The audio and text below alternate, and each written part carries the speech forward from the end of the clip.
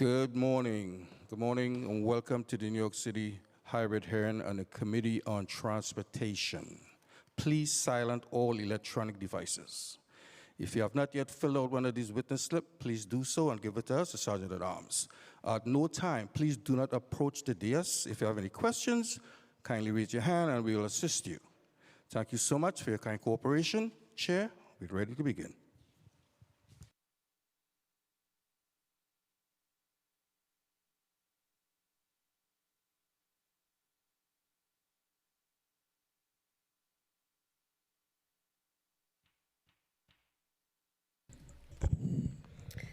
Good morning and welcome to the oversight hearing of the Committee on Transportation and Infrastructure.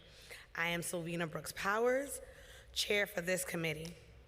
Today, we will be focusing on the state of the taxi and for-hire vehicle industries in our city to better understand the issues drivers in these industries are facing. In addition, the committee will hear introduction numbers 1079, sponsored by Councilmember Shaker Krishna, in relation to taxi cab driver pay for electronically dispatched taxi cab trips. Intro number 1139, sponsored by Councilmember Amanda Farias, in relation to advertising on the interior of for-hire vehicles. Intro number 1191, sponsored by me, in relation to taxi cab license durations. And intro number 1192, also sponsored by me, in relation to authorizing physician assistants and nurse practitioners to conduct medical exams of taxi driver license applicants. Over the last decade, the taxi and for-hire vehicle industry has experienced tremendous change, particularly since the introduction of app-based for-hire vehicles in the city.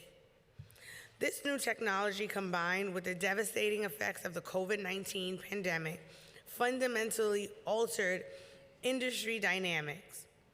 In the wake of the pandemic, taxi and for-hire vehicle ridership has increased, and owners are taking their vehicles out of storage to meet increasing demand. The council is committed to removing barriers that prevent drivers from earning a livable wage, while they provide essential services to New Yorkers. Today, we will hear from drivers and advocates across all industries, as well as the TLC, about what action may be necessary to keep the taxi and for-hire vehicle industry moving in a positive direction. No driver should be left behind. In the course of today's hearing, I hope to receive updates on a number of policies and programs overseen by TLC or otherwise affecting the industry. First, I would like to hear from TLC and from drivers about the impact of congestion pricing on the taxi industry. I know that taxi medallion owners and for-hire vehicle drivers have voiced concerns about the imposition of additional tolls under the MTA's tolling scheme. One MTA estimate suggested that demand for taxis and for-hire vehicles in the Central Business District could decline by as much as 17% once congestion pricing is implemented. Just last week, after a meeting of the Traffic Mobility Review Board, the chairman of the board stated that taxis and for-hire vehicle tolls will likely be passed on to the customer, and further suggested that taxis and for-hire vehicles be charged the toll per ride. I have concerns about the impact of tolling on drivers, and I am interested in hearing from drivers and the TLC about these proposals. I want to discuss the program set up to mitigate the debt burden faced by taxi medallion owners, including the Medallion Relief Program and the Medallion Relief Program Plus. The MRP program has allowed small medallion owners struggling with debt to work with lenders in order to restructure their loans, reduce principal amounts, and lower their monthly payments. It provides medallion owners a $20,000 grant to help restructure medallion-related loans up to $9,000 in monthly debt payment assistance. In addition, the MRP Plus program has allowed for a $30,000 grant for medallion owners to help restructure medallion-related loans with a remaining principal balance of $170,000 or less. We are interested in the state of these programs and in understanding how many drivers have received assistance from MRP and MRP Plus since their inception. I'd like to understand the impact of the TLC's pilot program to reissue 2,500 unused permits for street hail liveries, also known as green taxis. Unlike green and yellow taxis, liveries permitted under the pilot program are not required to post a rate card, use a partition, have an in-vehicle camera system, install a meter, or include rooftop lights. This relief is intended to make operating a livery more cost-effective for drivers. But the expansion of the green taxis has remained a contested issue, as it adds more competition for existing drivers. We are interested in the status of the pilot, whether it has increased out-of-borough service, and what effect it has had on the income of drivers overall. It is also important to understand the state of the medallion and license storage programs and the number of medallions and licenses now in storage as the industry recovers from the pandemic. Temporary medallion storage has provided medallion owners a way to avoid paying insurance costs, especially when costs increase and demands go down. The number of medallions in storage was at an all-time high of 7,364 in April 2021. What is that number today? And how many active yellow taxis are now on city streets? Likewise, TLC allowed for-hire vehicle license holders to temporarily place their licenses in storage in order to give relief to drivers. That temporary program has ended, though it has been replaced by a new program. We are interested in how many licenses remained in storage at the end of the initial program and how many have been stored as part of the new program. Next, I want to discuss Uber's partnership with Yellow Taxis announced last year. Under the partnership, Yellow Taxis can accept fares through Uber based on the app's pricing and policies. I am interested in the number of e-hails Yellow Taxis have accepted through this partnership and how much money has been collected on average on such trips.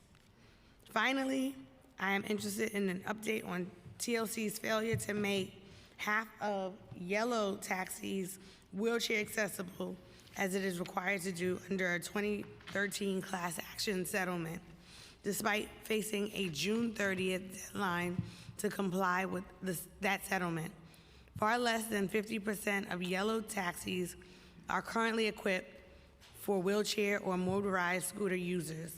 I want to focus on what TLC is doing to meet its legal obligations. We will begin with testimony from the TLC, but before we do so, I would like to thank my committee staff, my staff and my committee staff as well for their hard work. Mark Chen, counsel to the committee, Kevin Katowski, Senior Policy Analyst, John Basile, Senior Policy Analyst, Michael Sherman, Senior Financial Analyst, Jack Siegenthaler, my Policy and Budget Director, and Renee Taylor, my Chief of Staff. I also want to take a moment to recognize Samuel Breitbart, counsel to the committee. Today is, unfortunately, Sam's last day as counsel to our committee. We are sad to lose him. He has helped to steer this committee's work with passion and intellect, and he has demonstrated his commitment to making our transportation network more equitable. He has played a critical role in our oversight of the city streets, airports, subways, taxis, and for-hire vehicles, and so much more. He has negotiated a number of bills that improve the safety and functioning of the city's transportation network. For example, implementing daylighting at intersections, identifying off-street parking for tractor trailers, and ensuring safety near senior centers. Moreover, he has always brought to work his good humor, sharp insight, and generosity of spirit. We will miss him, and we wish him the best as he takes on a new challenge at the Brennan Center for Justice.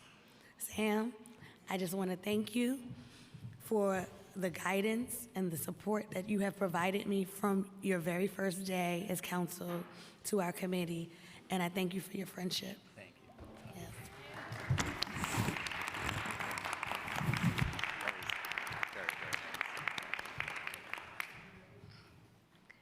I'm very sad about this, so I'm going through the motions. And I'll now ask Councilmember Farias to give an opening statement on her legislation being heard today. Thank you. Thank you, Chair Brooks Powers, and sorry to see you go, Sam, but we're excited for your new endeavor. Good morning, everyone. I'm Councilmember Amanda Farias, and I'm proud to be attending today's hearing to discuss TLC's regulated industries and to hear my bill, Intro 1139, which would allow for interior advertising for for-hire vehicles.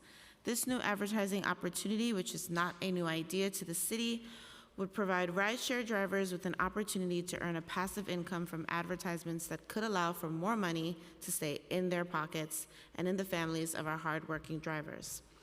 This bill puts New York City rideshare drivers first.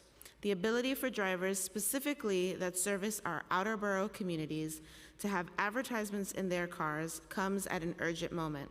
With more fees incoming to our drivers in communities like mine due to rising gas prices, calls to electrify, congestion pricing, and the upcoming Green Rides initiative. The revenue sharing model outlined within this bill will allow drivers to truly reap the benefits of an ad revenue, as they will earn a percentage of every ad that plays on the tablets with little to no extra work for them during their shifts. It has also been shown that when consumers are presented with a visible reminder to tip their driver on an in-car infotainment screens, drivers see a 13% increase in the tips received. As the chair of the Committee on Economic Development and the council member for a huge portion of our rideshare drivers, I am proud to be pushing for this bill that supports our workers and their economic mobility. Thank you, Chair Brooks Powers, for your leadership on hearing this bill today.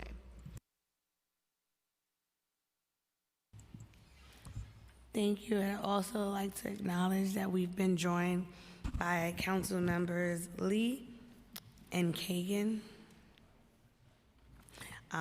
Next, I will ask our committee counsel to go over some procedural items and swear in the representatives from TLC. Thank you so much, Chair. I'm Sam Breitbart, counsel to the Transportation and Infrastructure Committee of the New York City Council. Our first witnesses will be from the Taxi and Limousine Commission. First Deputy Commissioner Ryan Wantaha and Deputy Commissioner for Finance Edward Wilton. I will now administer the oath. Please raise your right hands. Do you affirm to tell the truth, the whole truth, and nothing but the truth before this committee and to respond honestly to council member questions? I do. I do. You may begin when ready. Good morning, Chair Brooks Powers and members of the Transportation and Infrastructure Committee, and congrats to Sam. It's an honor and a privilege to be here for your last hearing. Thank you for all your hard work helping navigate this committee. I am Ryan Wantaja, First Deputy Commissioner of the New York City Taxi and Limousine Commission. With me today is TLC's Deputy Commissioner for Finance, Ed Wilton. Commissioner Doe sends his regrets that he could not be here today, but we thank you for inviting us to provide an update on TLC's regulated industries and talk about the 4 bills on the agenda. TLC's regulated industries have certainly faced significant challenges in the past few years, with the COVID-19 pandemic drastically reducing trip volumes for all sectors. The for-hire industry slowly but surely continues to bounce back from its low point in April of 2020. There are now about 24 million trips in TLC licensed vehicles each month, about 80% of what it was just before the pandemic. While high-volume trips dispatched by Lyft and Uber are over 90% of their pre-pandemic levels, taxi trips and trips dispatched by other FHP bases have remained at 50 to 60% of their 2019 levels since 2021. Notably, though, there is some promising data for yellow taxis that suggests a more positive story than trip numbers alone would indicate. The number of taxis on the road, taxi drivers performing trips, and medallions out of storage are all trending in the right direction, with nearly every month breaking the post-pandemic record for taxi industry activity. For example, the 8,400 taxis now performing trips each month are almost double the number that was on the road in 2021. Most importantly, the industry's financial health appears to be better than it has in years. Due to TLC's increase in the metered rate of fare in December of last year, the first increase in over 10 years, drivers are making more money per trip. These increased financial incentives help the industry attract drivers and ultimately provide better service to New Yorkers. Total fare box revenue for the taxi industry is now about $2.8 million per day, a 22% increase from last year. On top of increased revenue from the taxi fare box, the city's Medallion Relief Program has already provided about 1,900 medallion owners a combined total of almost $450 million in loan forgiveness. I do want to note as well that while commuter van data is more limited, this important sector has also grown in the past year. With 5 more commuter vans in service now than earlier this year, this is the first time we have seen an expansion of licensed commuter van industry since before the pandemic. And I cannot mention vans without discussing TLC's new mobile outreach van. Better known as Van Halen, it takes many of the services our Long Island City facility provides, including licensing inquiries, drug testing, and settlement processing, and brings them directly to the drivers. As of today, TLC has partnered with elected officials to bring Van Halen to 7 neighborhoods across all 5 boroughs, providing service for 594 licensees. We brought Van Halen with us to City Hall today, so if there are any drivers here, I would encourage you to stop by on your way out, and if any council members are interested in hosting the van in your district, please let us know. Before I discuss the intros on the agenda, I would like to address 2 major developments impacting the for-hire transportation industry: the MTA's congestion pricing program and TLC's Green Ride initiative. The 4 congestion pricing scenarios proposed by MTA's Traffic Mobility Review Board are a step in the right direction toward reducing the financial burden on TLC-regulated drivers. But there's more that can be done to help drivers and the industry in its post-pandemic recovery, and we need to consider the economic needs of these drivers in order to get congestion pricing right. We thank the Traffic Mobility Review Board for its sensible approach to the industry and its potential plans, and we have confidence in our appointee, John Samuelson, as the process continues. As you may be aware, TLC will vote on our Green Rides initiative next Wednesday, October 18th. Under the rules, TLC will require high-volume for-hire services, Uber and Lyft, to dispatch exclusively to wheelchair-accessible vehicles or zero-emissions vehicles by 2030. TLC is committed to a greener and more accessible fleet, and we are excited to put forward an initiative that accomplishes both goals. At a September 20th public hearing on the proposal, we heard overwhelming support for the goals of the program from drivers, companies, economists, and environmental advocates. We did, however, hear a few recurring concerns about the availability of charging infrastructure and about the affordability of EVs. It is important to remember that the 100% EV or WAVE requirement does not arrive until 2030. The first benchmark is just 5% of trips that must be dispatched to EVs or WAVEs by the end of 2024. In the first year of the initiative, 95% of trips can still be dispatched to any vehicle, so not every driver needs to convert to an EV or WAVE today. TLC designed the benchmarks to increase as both charging infrastructure and electric vehicles become more readily available and affordable, scaling up more rapidly in later years when more charging infrastructure is expected to be in place and when EVs are expected to cost the same as or less than gas-powered vehicles. However, should the development of charging infrastructure or vehicle price parity lag behind expectations, TLC can revisit the percentage requirements at that time. But again, I would emphasize the response to the Green Rides proposal was overwhelmingly positive. We all want a greener, more accessible fleet, and we look forward to working with drivers, the companies, and the City Council to make this initiative a success. Moving on to the 4 bills on the agenda, TLC supports Intro 1191, which clarifies that the term of a taxi license is 2 years, not 1 year, and Intro 1192, which allows physician assistants and nurse practitioners to conduct medical exams for licensed applicants.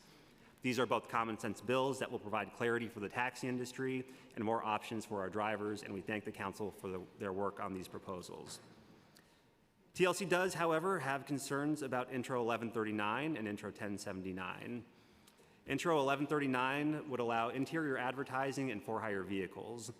While well-intended as a way to provide drivers with supplemental income, TLC is skeptical of how much drivers will gain from this change and is concerned that the downsides outweigh any potential benefit. TLC currently prohibits interior advertisements in FHVs for a variety of reasons. We know from complaints we receive about advertisements in taxis that many drivers and passengers find the volume and repetitiveness of these ads incredibly annoying. Additionally, the city has limited authority to regulate the content of advertisements. So if ads are allowed in FHVs, passengers may be shown and drivers may hear ads for anything from Broadway musicals to strip clubs. Perhaps these concerns could be overcome if drivers stood to earn significantly more money by allowing ads, but TLC has yet to see any such evidence. On the taxi side, most advertisers enter into agreements with fleets and drivers do not share in the revenues. We expect a similar business model to emerge in FHVs, which may explain why it is the large advertising and FHV companies that seem most interested in allowing interior advertising.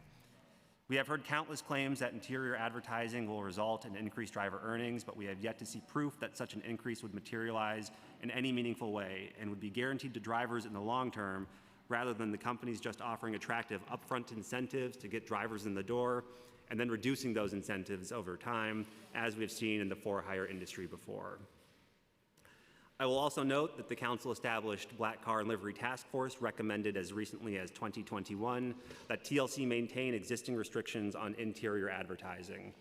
Citing many of the reasons I just discussed, the task force stated that allowing such ads would be detrimental to their business and would not accrue any benefit to drivers. We understand and appreciate the council's intent with Intro 1139, but we agree with the task force and do not believe driver earnings are best addressed by putting more ads into more spaces. Turning to 1079, this bill would require that for any yellow taxi trip resulting from an e-hail, the e-hail app, if it charges the passenger a fare other than the metered rate, must pay the driver an amount at least equal to what the driver would have received had the trip's fare been calculated by the meter. As background, in 2018, TLC launched the FlexFare pilot program, which allows TLC licensed e-hail apps to offer passengers an upfront binding fare quote similar to what passengers enjoy in the FHV sector. Last month, TLC issued its pilot evaluation report, finding, among other things, that driver revenue per mile on metered versus non-metered trips is roughly the same, but because e-hail trips tend to be longer than street hail trips, e-hail trips are typically more profitable for drivers. Intro 1079, while intending to ensure that taxi drivers have income protection on non-metered trips, may undermine a program that provides taxi drivers with additional trips that already pay drivers about the same per mile as street hails. Any e-hail app required to run the taxi meter on a trip where the passenger is given non-metered upfront fare quote would likely stop offering these upfront fares, as it would be nearly impossible for an e-hail app to offer the certainty of an upfront price to passengers while at the same time using the meter for purposes of driver pay. As I mentioned earlier, while data on revenue, active vehicles, and active drivers are all trending in the right direction, trips continue to be well below pre-pandemic levels. We are concerned that Intro 1079 would impose a requirement that would potentially limit taxi trip options for both passengers and drivers. Thank you again for inviting me to provide an update on TLC-regulated industries and address recent developments related to these industries. We look forward to continuing to work with Council to ensure that New Yorkers can continue to rely on the city's for-hire industry. I'm now happy to answer any questions you may have. Thank you, and thank you for sending your testimony early. I really appreciate it. It gives the committee staff an opportunity to see it ahead of time and be prepared. I also want to acknowledge that we've been joined by Councilwoman Ariola, who is online. We also have been joined by Councilmember Carr.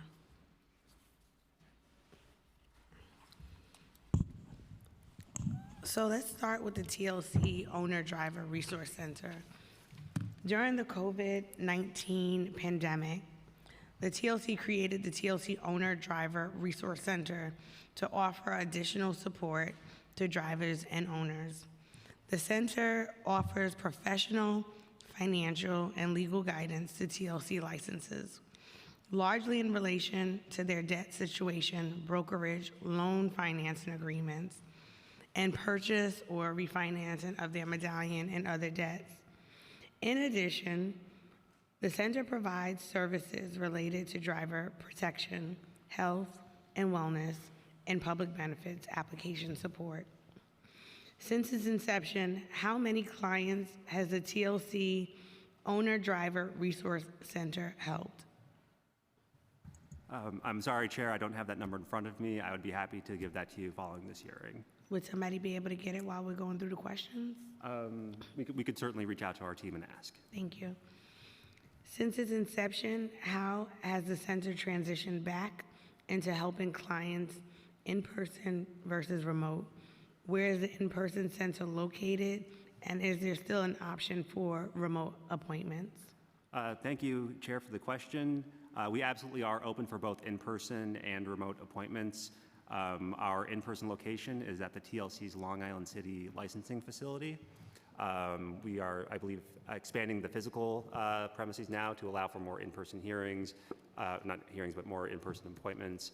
We know a lot of drivers are coming through our Long Island City facility for their licensing issues, so it's great to have that in-person option for when they're there. Great. In terms of the taxi medallion owner relief program, the TLC Owner Driver Resource Center assists in the administration of the Taxi Medallion Owner Relief Program, or MRP, and the Loan Guarantee Program, or MRP Plus. The programs both provide debt relief for eligible medallion owners with financial assistance and free legal representation to help medallion owners negotiate with lenders to reduce loan balances and lower monthly payments. The programs are open to medallion owners with 6 or fewer medallions. The MRP provides a $20,000 grant to help restructure medallion-related loans, up to $9,000 in monthly debt payment assistance, and free legal support and representation. The MRP Plus provides a $30,000 grant to help restructure medallion-related loans with the remaining principal balance of $170,000 or less. Loan guarantee for lenders and free legal support and representation. Since its inception, how much money has been provided to owners in the MRP and MRP Plus? Thank you for that question. I believe Deputy Commissioner Wilton has the updated numbers on the debt relief. So as of this morning, we have, excuse me, we have seen $445 million of debt relief provided to through both programs, $58 million resulting from MRP and $387 million resulting from MRP Plus. In 2022 and year-to-date, how does the current year-to-date number compare to previous years? So then, I mean, the number is constantly going up. I don't have the specific number for the end of FY22. We can get that for you probably before the end of the hearing. Thank you. Since its inception, how many owners have applied for the debt relief 2022 and year-to-date? And how does the current year-to-date number compare to previous years? So as of right now, there's 1,879 owners for a total of 2,258 medallions.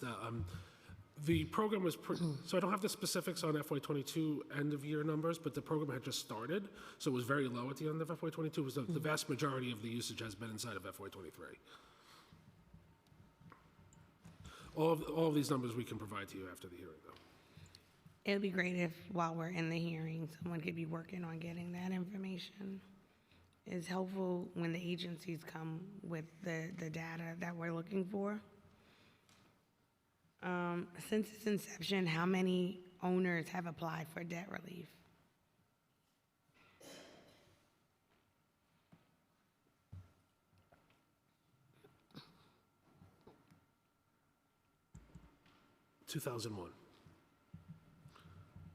And how does the current year-to-date number compare to previous years? We'll have to get back to you on that. Just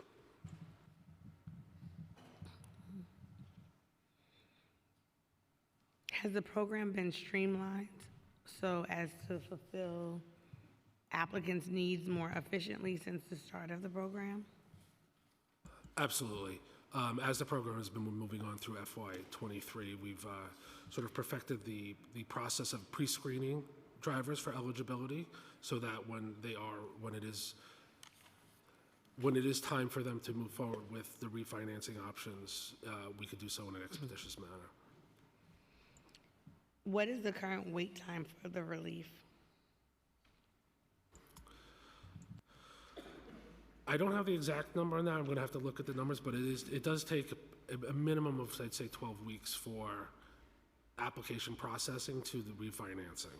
But it's about a fiscal quarter for all the financials to sort of work their way through the process. Okay. Also, I'd like to take a moment to acknowledge we've been joined by Council Member Lewis. How many taxi medallion foreclosures occurred in 2022 and year-to-date?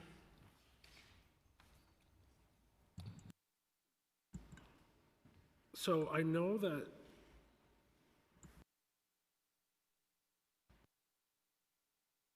So the foreclosure number is a little bit hard to determine. There are a handful of loans that are delinquent. Drivers sometimes become current on those loans. Some go into default. So we have, I believe we have the delinquent rate, and we've got the, do we have the foreclosure number? we have a 16% delinquent rate over 90 days, and then a 21% rate for just delinquent in general. So 16% of that over 90 days, 21% delinquent overall. So that's roughly about 400. You said roughly? 400.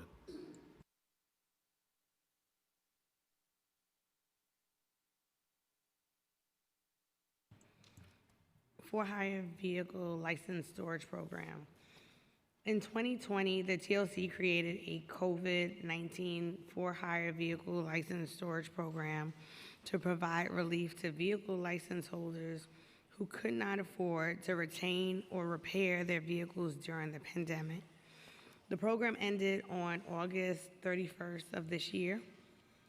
For-hire vehicle license holders were notified multiple times, and they were required to be taken out of storage by the end date of the program. In an effort to help owners, the TLC created a new short-term storage program for for-hire vehicle licensees called the Short-Term FHV License Storage Program. The new program allows active FHV licensees to put their for-hire vehicle license in storage once during every 2-year license term for up to 90 days. While in storage, the TLC will not enforce insurance or inspection requirements. At the end of the COVID-19 for-hire vehicle license program, how many licenses were still in storage?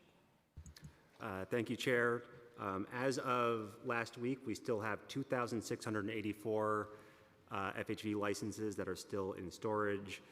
Many of these are coming out. We are processing them as quickly as we can.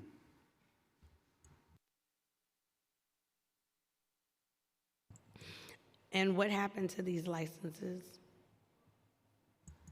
Many of the licenses came out of storage and were attached to new vehicles. So we're seeing that as the industry has recovered, FHV owners are finding it to be a financially good proposition to take their license out of storage and attach it to a vehicle. We have seen some that have just failed to renew, but the bulk of these are coming out of storage and are getting back on the road.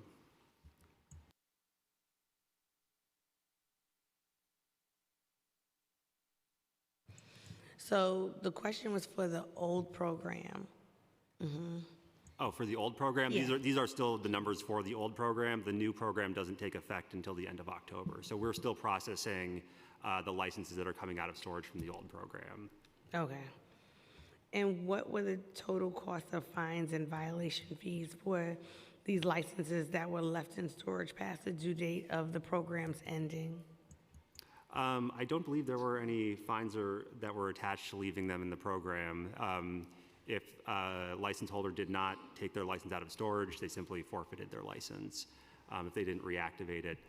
We do have these 2,684, though, I believe, are owners who are in the process of taking their license out of storage, putting it on a vehicle, and obtaining insurance for it. But I'm certainly happy to confirm that with our licensing department to ensure that there's not additional fines. And can you confirm whether or not there were any forfeited licenses? I can get you the number of forfeited licenses, yes.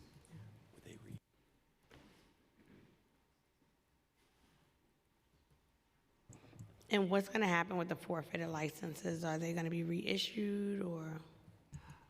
So we currently have a pause on issuing new for-hire vehicle licenses with an exception for wheelchair accessible vehicle licenses. One of the reasons why we wanted to end this sort of ad hoc storage program we stood up during the pandemic was to really understand the universe of active licenses out there as we evaluated if and how many more licenses to issue in the future. So there aren't plans to issue a one-for-one forfeited license, new FHV license, but it certainly goes into our evaluation of how many new licenses to issue in the future.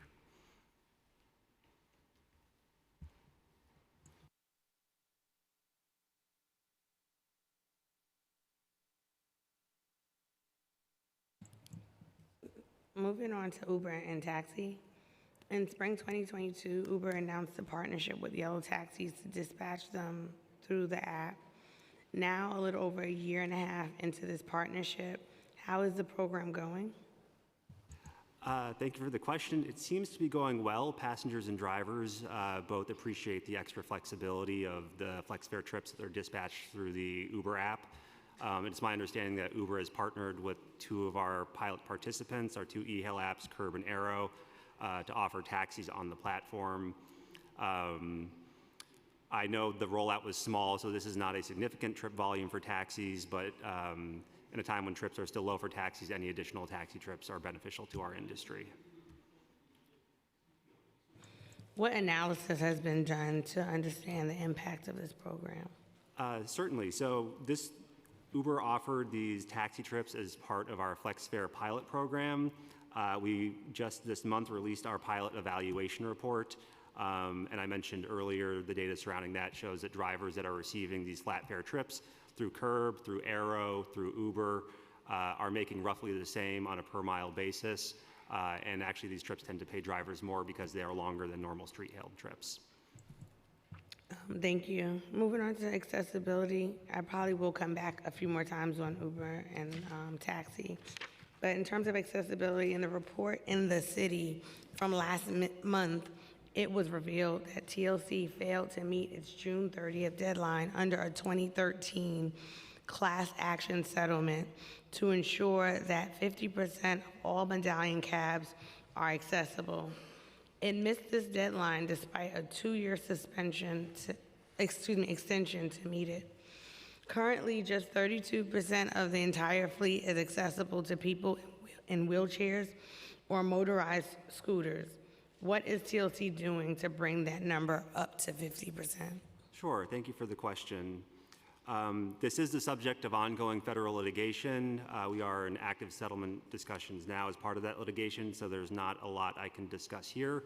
But I can say that we are affirmatively meeting with the plaintiffs to chart a path forward on this, and that the TLC is doing everything under our power to increase the number of wheelchair accessible vehicles across all of our sectors, including taxis. On the taxi specific side, we have recently increased the TIF amount on the meter to ensure that that program remains solvent. We have our TIF benefits for drivers for putting a wheelchair accessible vehicle into service and to operating a wheelchair accessible vehicle. But generally, in order to get to a larger percentage of the fleet being wheelchair accessible, we need to address the overall health of the taxi industry. So to that end, the Medallion Relief Program, lifting almost $500 million in debt off the industry, and the meter rate of fare increase has helped the industry get on better financial footing. We're seeing more medallions come out of storage, and we hope as more medallions come out of storage, we'll see more wheelchair accessible vehicles on the road. And for fiscal year '23, accessible dispatch median wait time citywide was 13 minutes and 6 seconds. This time has stayed relatively flat over the past years. Are there ways to improve this time? Thank you for the question. We're always looking to increase the service for passengers who use wheelchairs. It's remained steadily that number, I believe, since we expanded the program citywide. Taxis most often operate in the central business district of Manhattan. So you'll see some shorter wait times in the central business district of Manhattan compared to the outer boroughs where there are fewer taxis. And where there are fewer taxis, there are fewer wheelchair accessible taxis. But we're always evaluating our accessible dispatch program, thinking about ways to increase incentives to drivers for taking these trips. Again, I mentioned the increase in the TIF amount earlier that passengers pay. This should help better fund the program so we can provide more incentives for drivers for accepting these trips. And why hasn't the TLC shortened and updated required response times for hire vehicles with wheelchair accessible vehicles in 5 years? Thank you for the question. So we stood up a first in the nation wheelchair accessibility program for Uber and Lyft. We were the first jurisdiction in all of the country to require them to provide meaningful wheelchair accessible service. I'm happy to report the program has been a success. There's always room for improvement. Collectively, Uber and Lyft and the FHV industry are servicing about 30,000 requests for wheelchair accessible vehicles per month.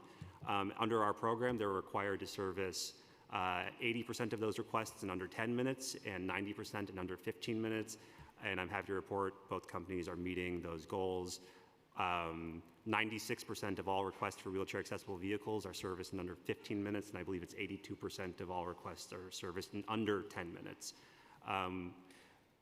Part of this program that I think is very beneficial is the goal of all of this obviously is to provide equivalent service to ensure that our citizens and our tourists who use wheelchairs are able to receive equivalent service to passengers who do not use wheelchairs. Part of this program involved getting wait time data for non-accessible trips, something that the TLC never had before. So now we have this data set that shows how much wait times are for requests for non-wheelchair accessible vehicles, and I think the path forward is to look at that data, compare it to the wait times for non-wheelchair accessible vehicles, and adjust accordingly. For fiscal year '23, 86.4% of accessible dispatch trips were fulfilled as requested trips. What is usually the cause for an accessible dispatch trip not being fulfilled as a requested trip? So it's difficult to say for any given request whether or not a driver accepts it and then declines, or simply there's not a driver in the area.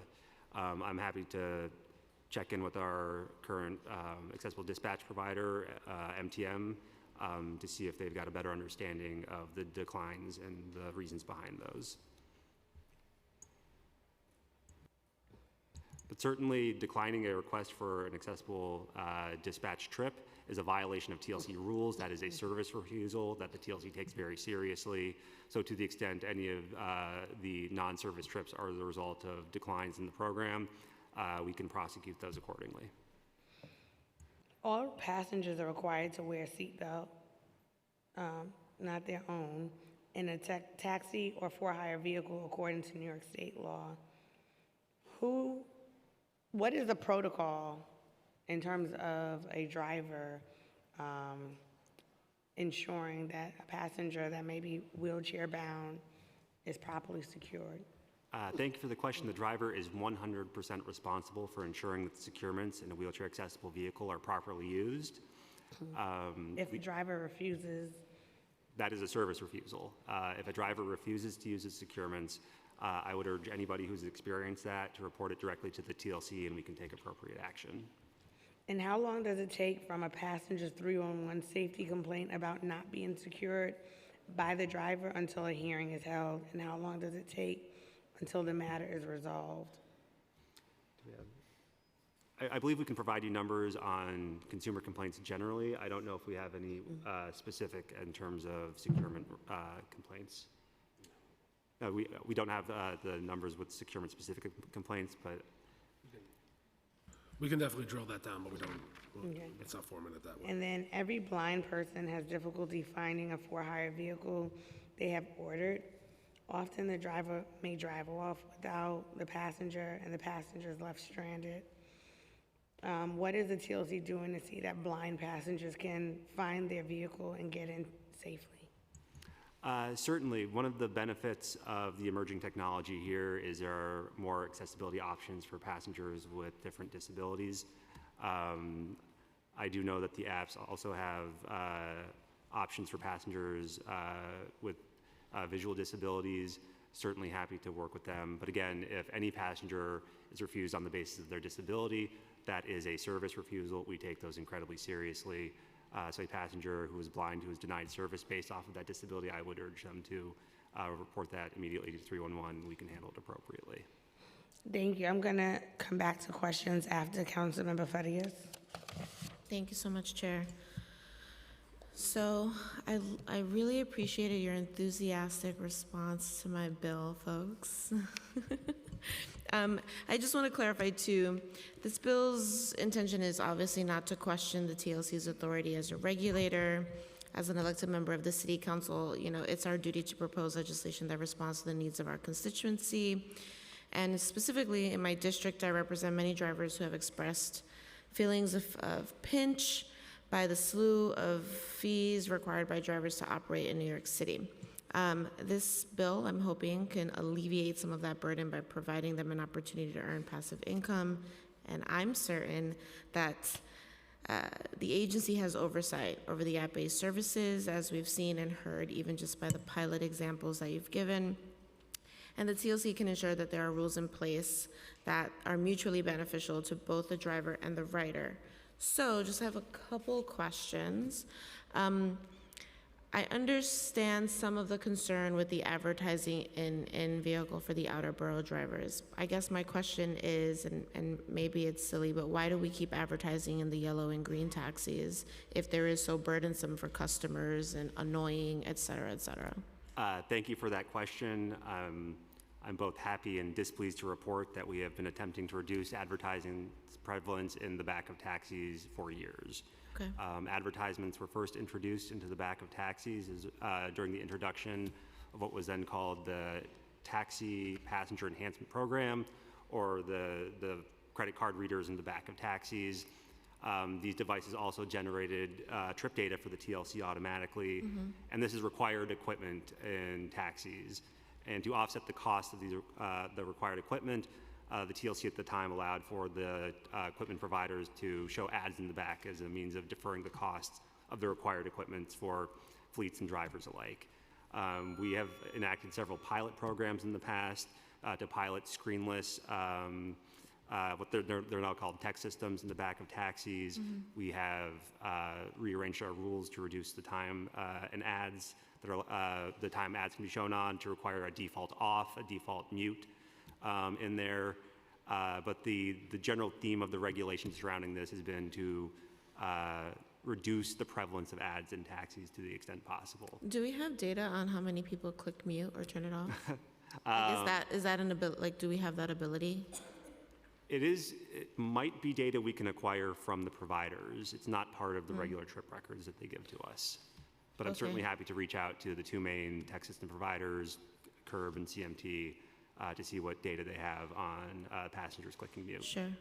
And I mean, I guess my general interest is like with codification of many laws, like we can do a lot of different things. And so I'm wondering from you, or from you folks, if you can speak on why do you think we won't be able to regulate this in a way that could work for for-hire vehicle drivers? Thank you for the question. I think it's important to sort of parse what we would be regulating. There's the physical equipment in the back of the taxis, the screen itself, the dimensions, how it's secured. We certainly are able to regulate around that. Regulating the conditions of vehicles is one of the agency's primary responsibilities. Where it gets a bit tricky is regulating the content on those screens. We're the TLC, we're a city agency, we're a part of the government, and the government's ability to restrict speech is generally very limited. Right. We've had federal litigation around this in the past, And I know it's a different context, but the MTA has also had a series of litigation around their ability to regulate what ads are in the subways.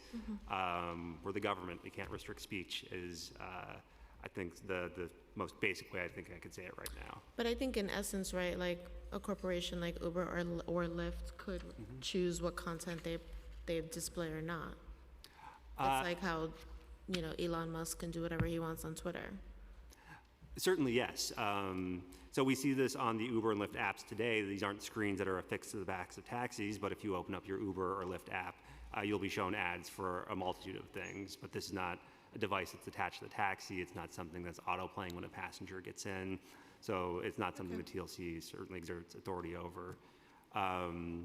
Similarly, for our advertisers in the back of taxis today, CMT and Curb, I understand, have contracts with different advertising providers to decide what gets displayed in there.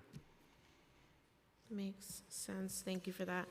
And I guess one of the other added benefits that I've seen for this is, you know, in my district particularly, for example, technology is very sparse for constituency to get notices from the city, from the mayor, even from myself. Like, I can't walk down a street where there's a Link kiosk, but when I do hail a yellow taxi, I do get to see different notices from the city, different messages from our different commissioners. And so, I mean, do you think it's appropriate that outer borough customers don't actually have the same level of resources or invitations or notices from the city as they're trying to take a ride in comparison to what we have here in the Central Business District or the island of Manhattan?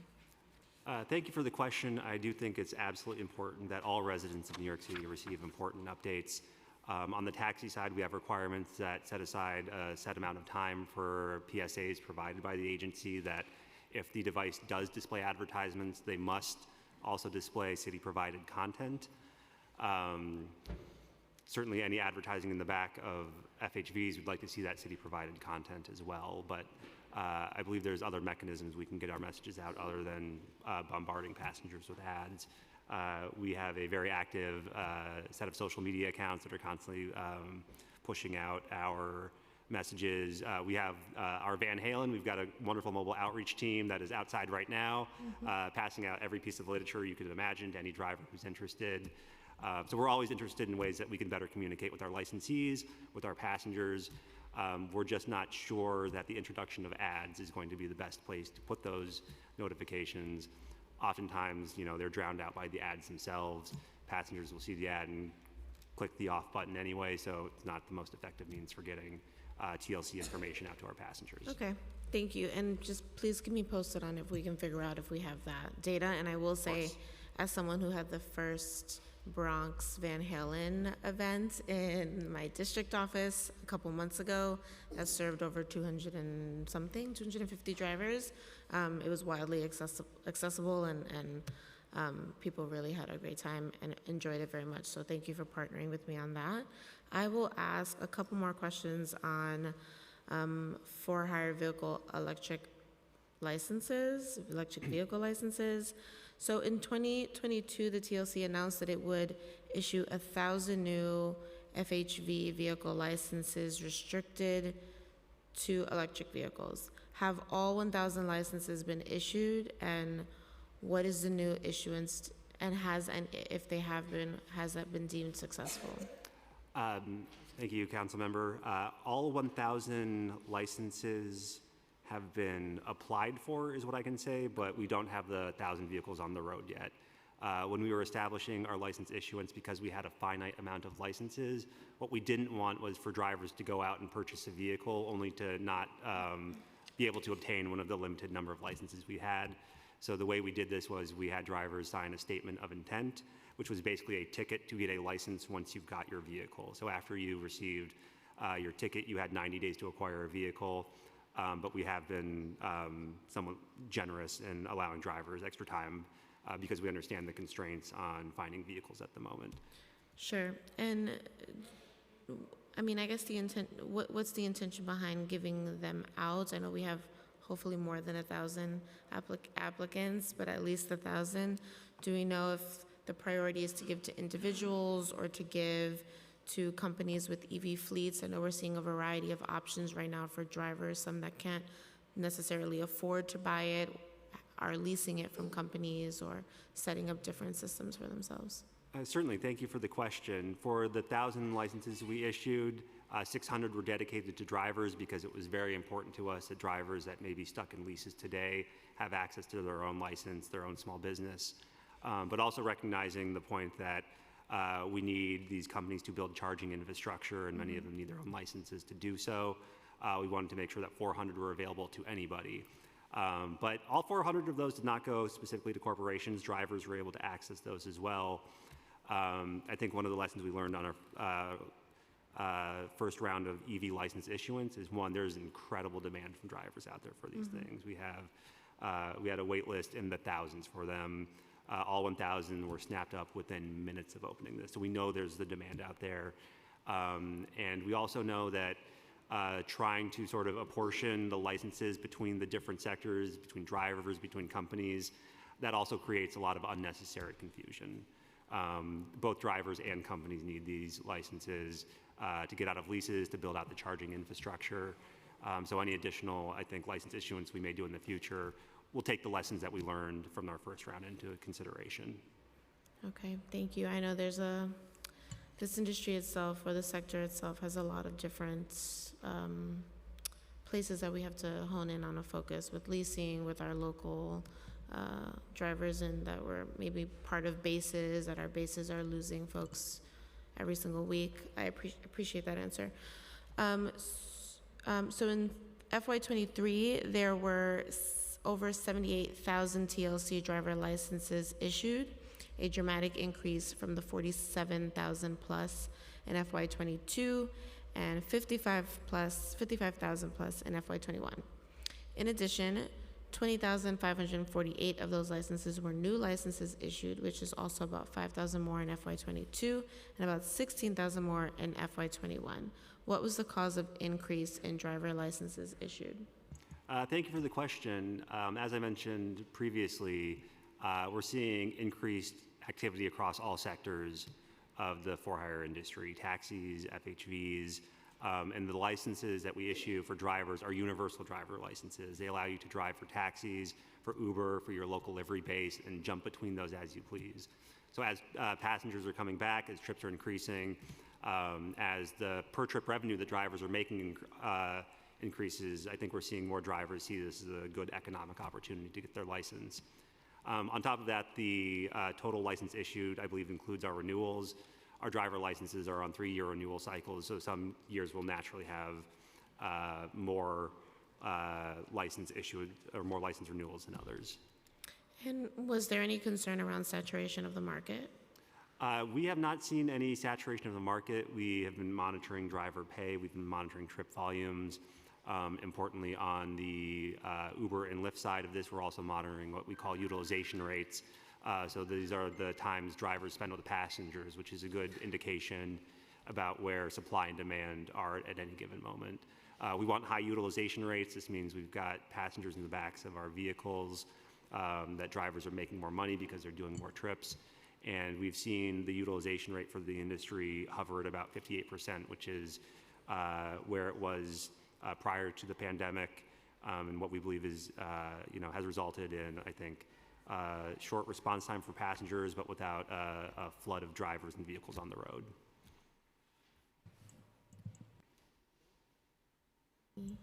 Okay, I'm done since I went very over my time. Thank you so much for answering my questions. Thank you, Chair.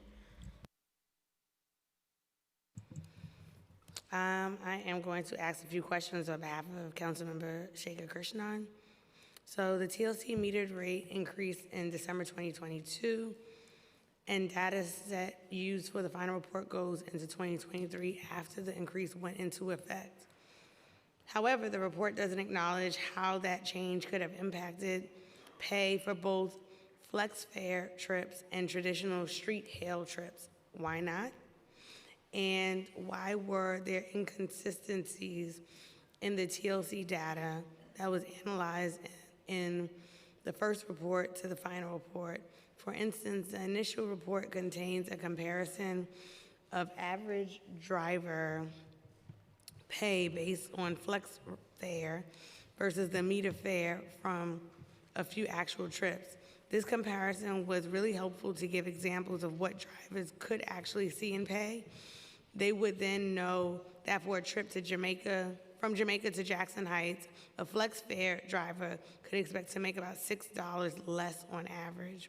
However, because that information was not included in the final report, we cannot see whether there were any changes over the duration of the pilot program. I would thank the council member for his questions. I'm not aware of any inconsistencies across reports. I do know that our first report was issued in the FlexFare program's infancy when it was primarily being used to provide accessible dispatch trips, Access-a-Ride trips through the Access-a-Ride's on-demand pilot. So these are trips provided by the MTA to our taxis for Access-a-Ride customers.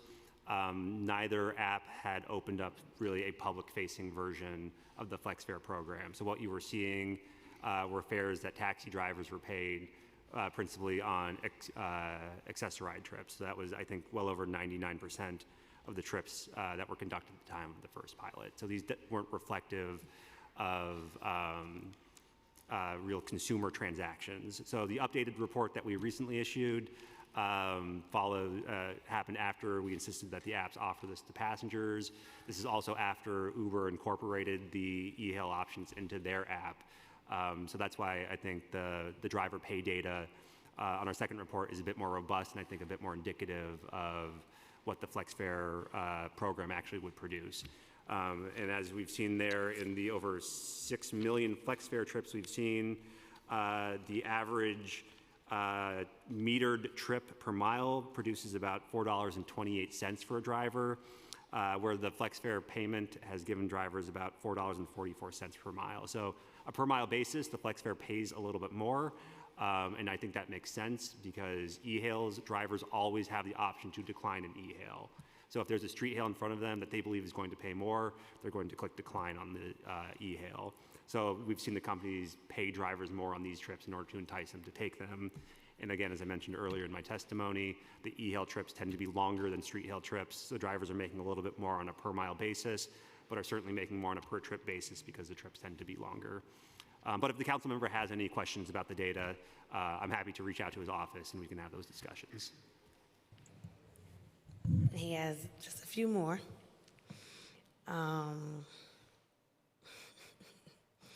The initial report of the FlexFare pilot program includes the average time of trips by drivers, but the final report released last month doesn't go into the time aspect. Why didn't the TLC want to discuss the average time on a trip in the final report, given that is how we conceptualize pay for most workers? On the debt issue and medallion crisis, we understand 2,200 loans have been restructured under the Medallion Relief Program, but NYTWA estimates that 800 remain.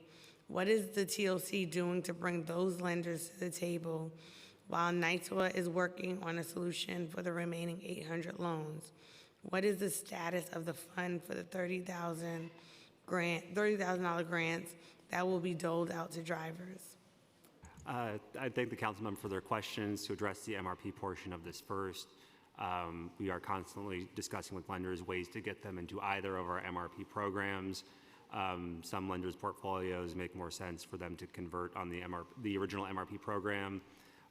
Some lenders, most lenders have availed themselves of the MRP Plus program, but we're in constant conversations with lenders to get as many medallions into this program as possible. We set up this program to help all of our individual medallion owners who need that help. So today here, I would advocate for any lender who's not currently participating to think of the health and welfare of your portfolio and the members and the drivers that are in your portfolio.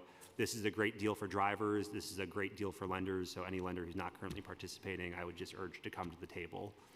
On the per mile versus time metric, I'm happy to provide the council member updated per minute numbers. The taximeter notoriously does not calculate mileage and minutes at the same time. We thought the per mile was the best way to present the driver payment data. but we're happy to work with the council member's office to get him whatever additional data he might need. Thank you. In terms of driver complaints for fiscal year '23, there were 24,131 driver complaints, an increase compared to fiscal year '22's 16,629, and fiscal year '21's 9,250. What is the cause for this increase? How does TLC work with drivers to ensure that they are providing good customer service? And are there classes provided to drivers to improve the customer experience? Thank you for the question. The increase in consumer complaints can be attributed almost entirely to complaints about our licensed vehicles parking in bike lanes. It's my understanding that there are now apps out there that allow you to take a picture of a license plate of a driver parked in a bike lane and send it straight to 311. That sends it to us. So as the ease of making complaints has increased, so has the number of complaints. So we were seeing bicyclists take pictures of our cars and send those in. It's easier now, so they're doing it more. That's the main issue, the main reason for the increase in consumer complaints. The other cause of the increase is just more activity in the industry. We've seen trip volumes go up. As trips increase, unfortunately, so do our complaints. It means if we've got more passengers in the back of vehicles. I mean, obviously, our goal is to have zero consumer complaints for all of our licensees providing perfect service, and we're always working towards that end. In terms of classes drivers are required to take about providing good customer service, all of our drivers are required to complete a 24-hour driver training course prior to their licensure, and this includes customer service provisions as well. Importantly, this also includes customer service provisions surrounding providing wheelchair accessible service. So this is not only just how to use the securements, but also how to interact with passengers using the wheelchair. Upon license renewal, all drivers are required to demonstrate that they can properly use the securements in a wheelchair accessible vehicle prior to having their license renewed. So there is no driver today can get their license renewed without demonstrating in a hands-on demonstration that they know how to use the securements. Thank you. Service refusal summonses. TLC issued 521 summonses for service refusal in fiscal 2023, an increase of 2,784 when compared to fiscal 2022. Why have service refusal summonses increased so dramatically over the last year, and how does the TLC enforce service refusals? Thank you for the question. I think the short answer is that following the pandemic, we have our enforcement officers out there doing more operations today. A lot of these service refusals are in-field service refusals that our inspectors are getting on the spot. During the COVID-19 pandemic, our inspectors were redeployed to help other agencies assist with enforcing masking requirements, helping out our food delivery program, but since those programs have wound down, our inspectors are back out in the field and they're issuing more summonses. So now we have our enforcement back to doing TLC enforcement. We're going to see an increase in summonses across all categories, including service refusals. Thank you. Moving to Vision Zero summonses. TLC issued 17,515 Vision Zero summonses in fiscal 2023, a 21% decline when compared to fiscal 2022. Who is issuing these summonses? Is it NYPD or is it TLC? And what caused this decrease in summonses? Is the decline due to positive driving habits or decline in enforcement? And is this decline related to TLC staffing difficulties? I'll hand this over to Deputy Commissioner Wilton. So we're, across the agency, we're seeing some higher than typical vacancy rates, in our enforcement section is feeling the brunt of that. So any reduced number of enforcement summonses being issued is tied to just reduced headcount. There's not enough. We're actively trying Reduced TLC headcount? Yeah, through attrition. We don't have enough. We need to get some more enforcement officers out there to help issue summonses. And we are working with OMB and DCAS on trying to get another class of enforcement agents out there. Are you concerned about filling those vacancies, considering that there are cuts that are being made right now in the agencies? Not for enforcement agents, no. Okay, enforcement agencies are not being cut. Well, this would be a new class, so this would be an infusion of new heads to our headcount portfolio to accommodate the number of people who participate in the class. Okay. Going to medallion values, as of May 2022, TLC reported that the value of medallions on the secondary market were around $137,000. What is the current value of the medallions? Thank you for the question. I can't talk about the medallion value, only what they've been transacting for. We've seen medallions trade for up to $200,000. We recently had a few auctions of medallions that were in default in the medallion relief program, and those sold for $175,000 and $176,000.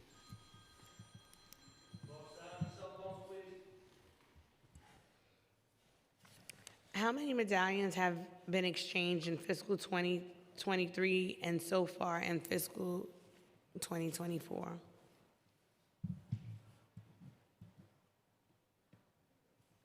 I don't believe we've got the medallion transaction numbers in front of us. I'm happy to provide those. They're on our website. I can get those to you immediately after this hearing. If someone could get them while we're here. Yeah, we could certainly ask, yes. Is the increase in medallion prices seen in the last year or so an indication that they will increase during the next couple of years? Is this forecasted by the TLC? We tend to not forecast medallion values. The medallion is simply what somebody will buy it for at a given time. What we've seen, though, is encouraging. Since we've increased the metered rate of fare, there's more earning potential on medallions, which I think translates to increased value on those. Certainly, the $170,000 valuation of the Medallion Relief Program, what we guarantee the medallions up to, I think sets a baseline for this. So we do expect to see medallion prices increase proportionately with the increase in fare, increase in trips, as it becomes more of a good economic opportunity for our drivers out there.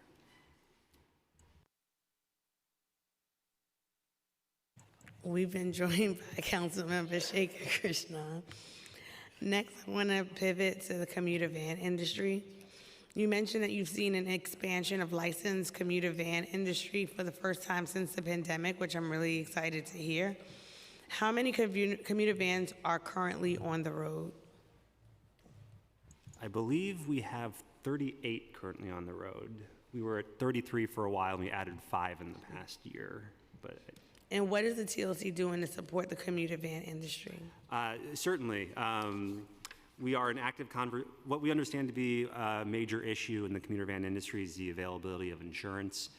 We understand that there just are not insurers that are willing to insure these vehicles for their high passenger count, the history of bad actors there. So what we're doing is we're having active conversations with insurers to see if there's products they can offer this industry. We are working with the industry itself and their advocacy in Albany to expand insurance options for the industry. So what we're trying to do is address one of the root causes of a decline in licensed commuter van activity. And if we can solve the insurance issue, we're hopeful that the number of licensed commuter vans will increase. And are there any steps TLC believes the council could take to improve the state of the commuter van industry? I don't have any recommendations right now, but I certainly would love to work with council on finding creative paths forward to help out the commuter van industry. Okay.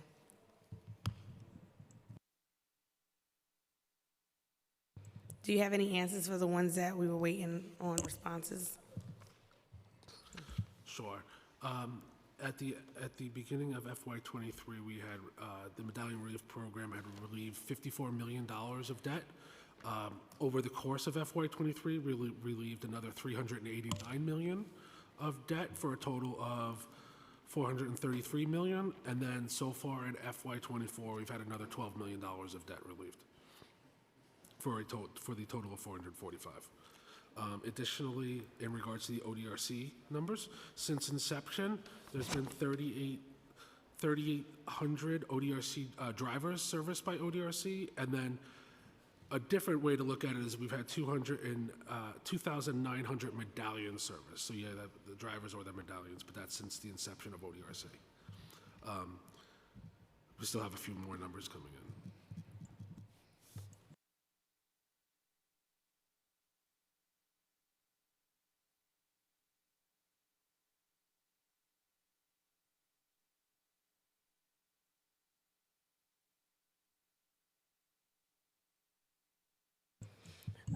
So as we go into the public testimony, if you can have someone stay behind to be able to share the data with me that we're waiting on. Absolutely. Thank you. Now we'll move to our public testimony. I will say, we have a lot of individuals signed up to testify, so we are going to ask that folks hold true to the 2-minute limit in respect for one another to allow people the opportunity to speak. Thank you. We will now turn to public testimony. Each panelist will be given 2 minutes to speak. For panelists testifying in person, please come to the dais as your name is called and wait for your turn to speak. And for panelists who are testifying remotely, once your name is called, a member of our staff will unmute you and the Sergeant at Arms will give you the go-ahead to begin. Please wait for the Sergeant to announce that you may begin before delivering your testimony.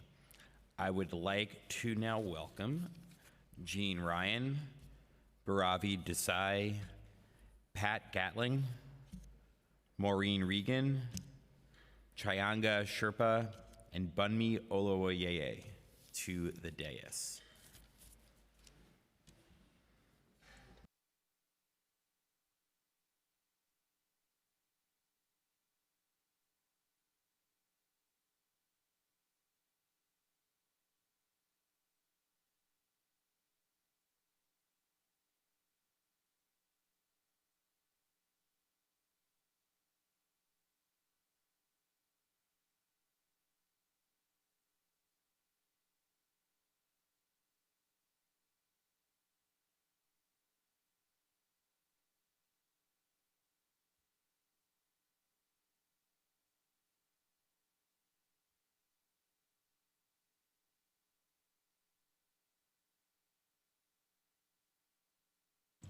Jean, you can start whenever you're ready. Hi. Excuse me. I'm Jean Ryan. I'm the representative for Taxis for All campaign today, and I'm president of DIA. Taxis for All campaign is a coalition of disability rights groups working to get accessible cabs and for-hire vehicles in New York City. We have been doing this since 1996. While things have gotten better, they need to get way better. Before we had none. Now we have some, but we can't get rides. We're very concerned about the lack of attention and results from the TLC with regards to people with disabilities, especially wheelchair users and people who are blind, actually being able to hail a cab and safely ride in it, and also to get an app-based for-hire vehicle and safely ride in it. We keep complaining about systemic problems to no avail. We are tired of being ignored, talked down to, and of the TLC not effectively addressing our systemic issues. They try to put the responsibility on us, and it's not up to us to change. We're pushing for change, but we can't change how taxi drivers don't secure us or don't pick up blind people. It's not up to us to try to do something different. And we wouldn't even know what we'd have to do. Some of the worst problems, after all these years, are that less than 50% of the yellow taxi fleet is accessible. They drive off without us. They tell us to call. When we try to hail, they say no, when they're not picking us up. They want us to call accessible dispatch. At the airport, it takes about 3 cabs of tries for us to actually get in one. And I'm talking about wave vehicles, not the regular ones. because they say, oh, my ramp is broken, or I don't know how to use the ramp, things like that. So, you know, we're disgusted, and we want drivers to pick us up so they'll have the business, and we'll get a ride. Thank you. Thank you. Thanks. We'll now hear from Barabi Desai. Good morning, Madam Chair and members of the council. My name is Beidavit Desai. I'm the executive director of the New York Taxi Workers Alliance. There is so much to cover in this large industry. I'm going to begin with talking about Intro 1079, which is on the agenda for today. We wholly support the passage of this bill. In this industry, e-hail trips are the only ones that remain non-regulated, which means that right now it's a bidding war when yellow cab drivers and green cab drivers are dispatched by these e-hail companies. While there's no regulation on what they charge the passenger, there's also no regulation on what they pay to the driver. And, you know, yellow cab drivers depend on the metered rate in order to cover all of their expenses. The TLC's initial report found that on e-hail trips where drivers were being paid 20% below the metered rate, this is not acceptable. Their expenses are not cut by 20%. Why is their pay being cut by 20%? And their latest report showed that the majority of these trips are now in Manhattan, not in the outer boroughs. And so it's passengers that would normally street hail are now e-hailing. The only change that's happening is the cut to the driver income, and that's not acceptable. We ask you to pass 1079. Also, we ask you to put on the table Intro 1078. Deactivations, unfair firings, the fancy word for Wall Street to fire a working person overnight to take away their livelihood. It has an unbelievable impact, particularly on Uber and Lyft drivers who pay for expenses for the vehicle, sometimes as much as $80,000 in order to go to work.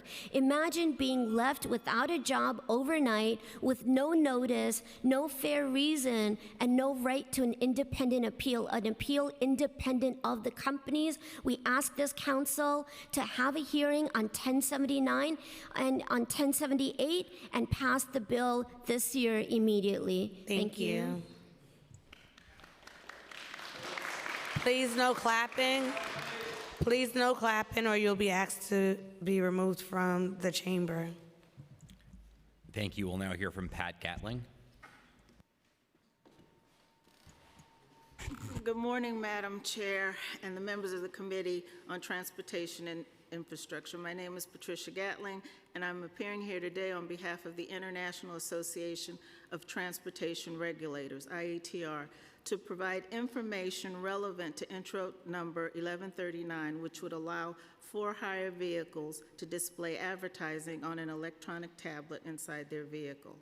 I'm the former New York City Human Rights Commissioner, and I've been an IATR member for many years, having served as a speaker and report peer reviewer with an expertise in transportation equity, civil rights, and labor-related issues. Our IAT board chair, Carlton Thomas, and our president, Matt Dowse, were unable to be here today, and they've asked me to testify as I was involved with the subject matter. The IATR, for your information, is a 36-year-old nonprofit educational association comprised mostly of global transportation leaders, not only in ground transportation, but in airports and micro-mobilities, and sort of the vast industry. And one of the activities that we conduct, of course, is research and reporting on that research. Recently, in 2021, our most recent report on model regulations for interior and exterior digital advertising for taxi cabs and transportation network company vehicles, we addressed this very issue. And we've attached that report to our testimony for your review, and at any time I'm available to speak with you all individually about the report and its findings. Now, we're not here to support or not support the bill, but we are here to tell you that the bill is consistent with our research and our findings and the global best practices and standards for the industry. We'd also note the concerns of the council being the safety and of the devices in the vehicles can easily be addressed and have been addressed in the past. And we'd also talk about just one issue, the source of revenue. We believe that it would be a generous source of revenue for industry drivers, and it's done globally. Thank you. Thank you. We'll now hear from Maureen Regan. Thank you. Thank you, Madam Chair, and thank you for your sponsorship of this bill. I would also like to thank Kevin Kiskowski for his support in moving this through the process. I am a licensed PA in the state of New York. I am a past president of the New York State Society of PAs, as well as a delegate to the AAPA. There is a bill before you that would allow PAs to sign off on TLC driver physical exams. This is actually something that's been going on for years. There is law in the state of New York that says wherever it says physician, it is within the education scope and ability of a PA to do so. And that's why this bill for clarification is before this committee.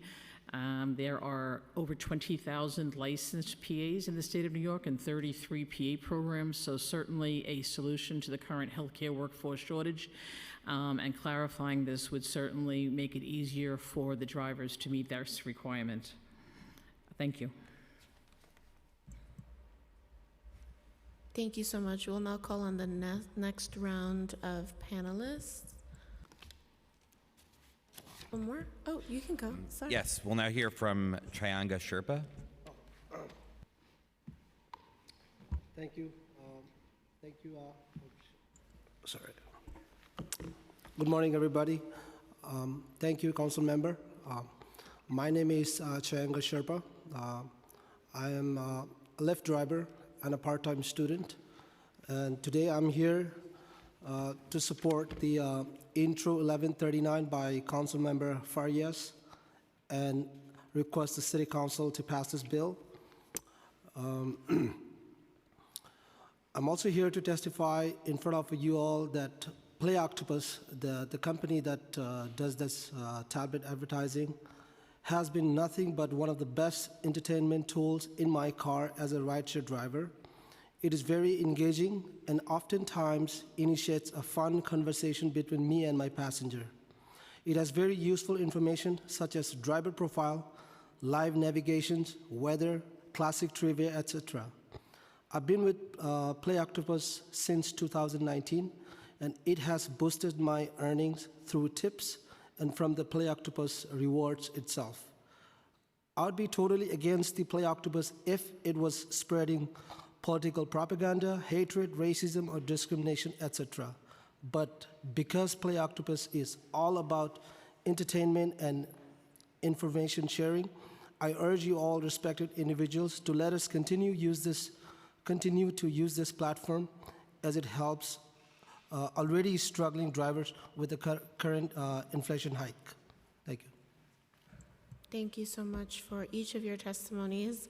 I would now like to see if there's any questions from colleagues. I know Councilmember Shaker Krishnan has some. Thanks so much, Chair Farias. And thank you to our usual chair, Majority Whip Brooks Powers. But thank you all for your testimony today. And good morning, everyone. Sorry, I couldn't hear all of it because of another hearing next door. But I did want to ask a couple questions of Baidevi. It's very nice to see you from the New York Taxi Workers Alliance. Thank you for your work. Thank you for all the drivers who are here today, too, for your great work. And I'm proudly in solidarity with you all in every struggle that we face to make sure that your voices are heard and your rights are protected as drivers. So thank you all so much.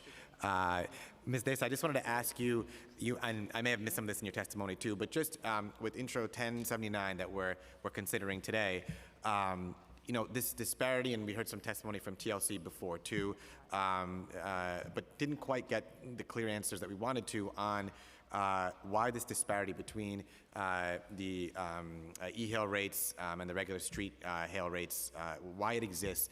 But I was hoping you could speak in a bit more personal terms about, for drivers, what does that disparity mean? When they're getting paid less on e-hails than they are on street hails, what is the personal, the human impact on drivers, on their livelihood, on their families?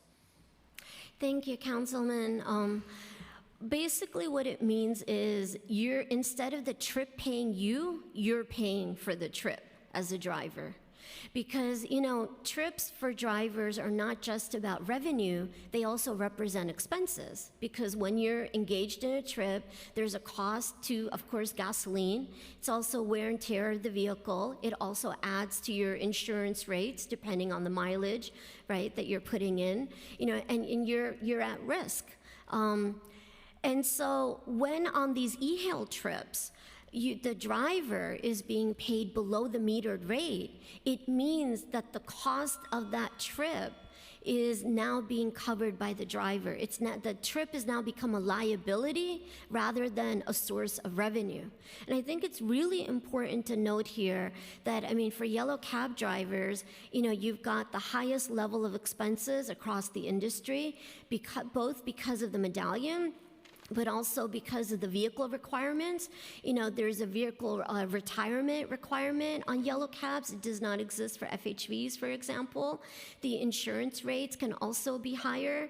And for drivers, for yellow cab drivers, the fare that they earn, that gross fare, a large percentage of that goes toward taxes. For example, if there's $2.50 plus another 50 cents, $3 that goes to the MTA. There's $1 that goes to a TLC improvement fund that's supposed to subsidize the transition to accessible vehicles. But that's money that's not going to the driver. If it's a JFK trip, there's also a fee that goes to Port Authority. So on these e-hail trips, we're seeing examples, and some of our members are going to testify, we're seeing examples where on some trips you're earning like $17 less than what it would be on the meter. And that includes still having to pay like $3, $4 out of that money just to go toward these taxes. So this is a significant pay cut. And lastly, I just want to say, it's the driver that's enduring the cut. We believe that the passenger is still paying the metered rate. It's just that the money is not trickling down to the drivers themselves. That's an enormous disparity, and thank you for also bringing up. I'm also quite shocked to hear too that the passenger may be paying the same metered rate, but the proper income is not going to the driver. How many trips would you say, especially more and more with the advent of more ride-hail apps too, how many trips on average, or roughly, are drivers getting off of the e-hails? Because my sense is $17 difference, for example, with all the other expenses, that adds up really quick over time when you have drivers who are trying to pay their rent or their mortgage. They may have debt or otherwise that they've incurred with their medallion or otherwise too. How many trips would you say on average are they taking with e-hails, and is that number increasing? Well, one of the faults of the TLC's report is it does not include Uber trips, for example. And, of course, Uber dominates in the entire industry, and so we're not seeing those numbers just yet. But many drivers end up rejecting the trips right now because they're so low paying. But even if it's, for example, one trip a shift, and most drivers typically work 6 shifts within a week, right?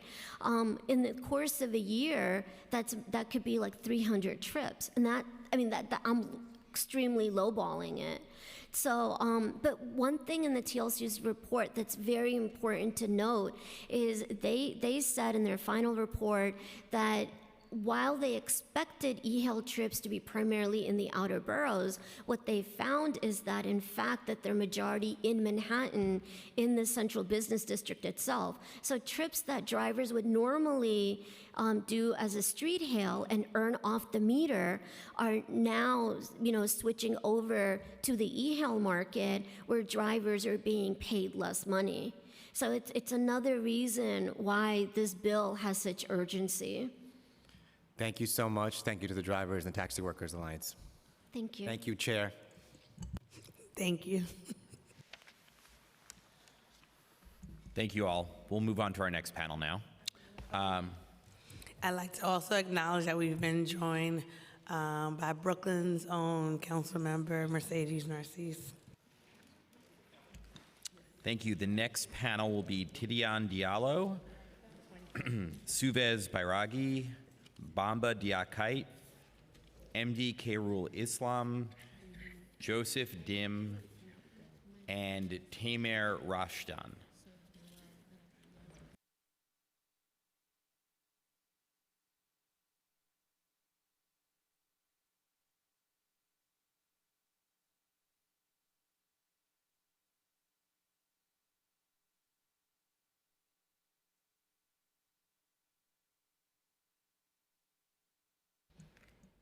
We'll start, actually. We'll go down this way if that works. You may begin when ready.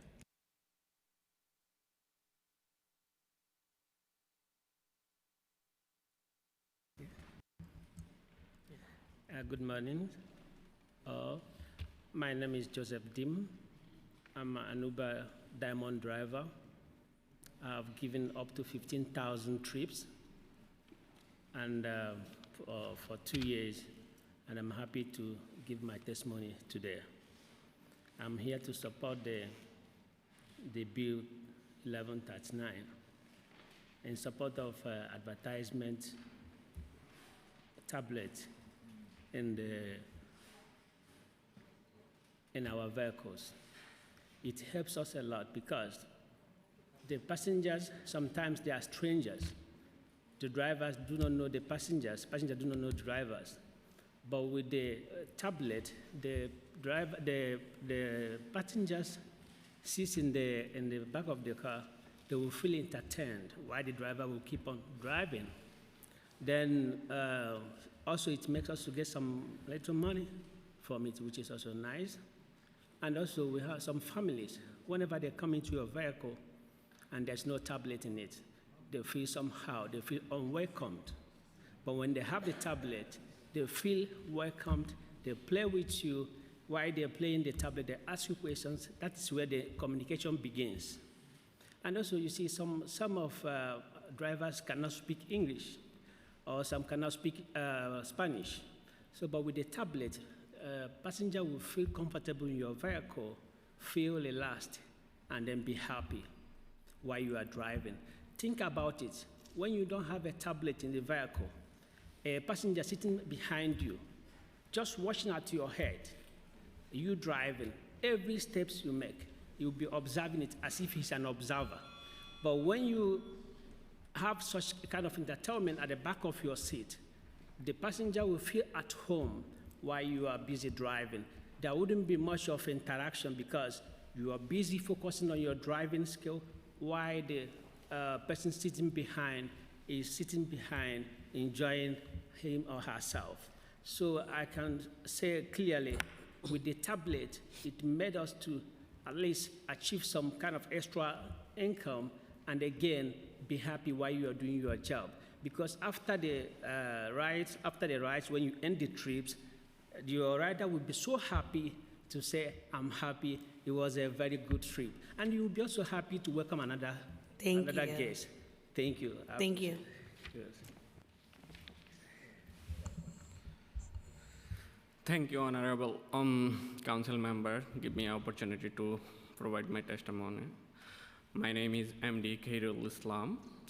I came to here to talking about the deactivation, which one is not today's agenda, but I want to provide my testimony how difficulties I face.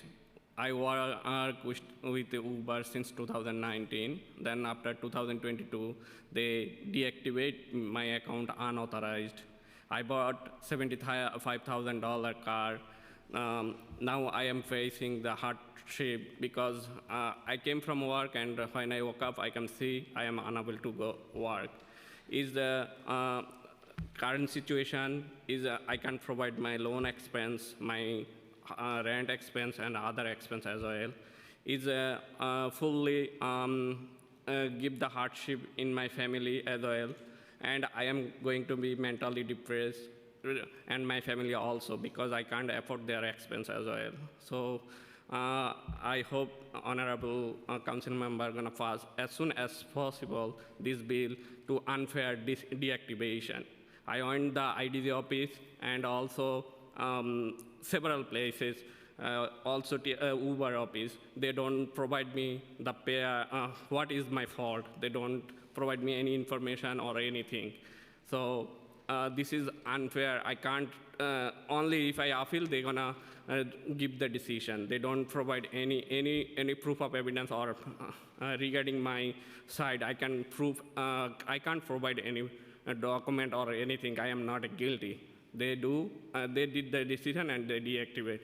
Not only me, my community, a lot of people, they spend a lot of money, around $100,000, $120,000 buy a car, and they are deactivated similar way. So it also affect our community and also our livelihood. So I hope honorable council member gonna pass a bill as soon as possible. Thank you. Last warning, if you clap, you have to be removed from the chamber.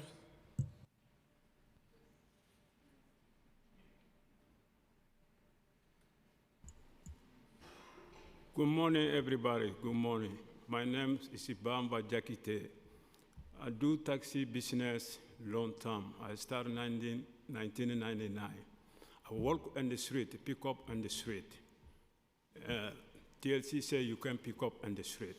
Okay, I say, okay, I want to go try yellow cab. I go in the class, pass, spend the money there, spend some class. I pass yellow cab, hack license. I start yellow cab. I drive yellow cab. After that yellow cab, Uber coming, Lyft coming. I come Lyft via, I do all company.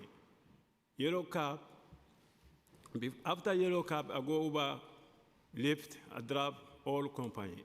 Okay, my point, the driver, you have to see, pass the bill, support the driver. TLC, Uber, driver is the same father, same mother. Okay. The family, the driver have family. The driver is working support family. Everybody have family. Okay, you have family, you work, Uber close your app, Lyft close. You wake up morning, problem. Some driver now, how many drivers sick now in the hospital and the home? He call me, he talk together, he work together. Bamba, my family are sick, I can't support. Take the kids. Okay, you go buy food, the driver, or cafe, the homeless people come in. Somebody dress nice, he come in driver. Can I help me? Or sometimes he come in driver. I lost my wallet, I cannot take my kids in the school. You take free. Nero 5 borough, I lost my wallet, I don't have money. The driver take different borough free. But he don't support the driver. My point is that one. I work with AGD before. AGD, he closed my account. I go take a class in the AGD. AGD say, you want to open me. He don't open me. You see? I change AGD to Taxi Alliance. I come Taxi Alliance, I see different. I support the driver because everybody work support your family. Family is very important. Please see this bill, Congressman, pass this bill. It's gonna be good for the driver. Thank you. Okay.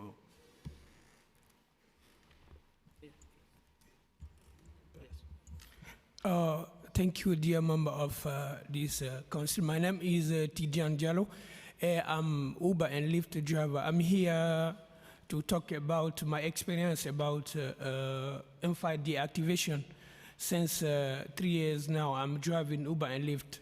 And in my little experience, the thing that I understand is we are the driver, we are the worker who doesn't have protection. We need this bill. Why?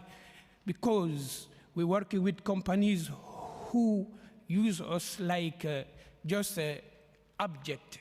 They can use us as long as they want and throw you out without saying nothing. My experience I'm gonna give you. One day I was driving, I drove whole day, and the night I went home. The day after I wake up, I was already deactivated. Why? I don't know. They never tell me why they deactivate me. That was Uber.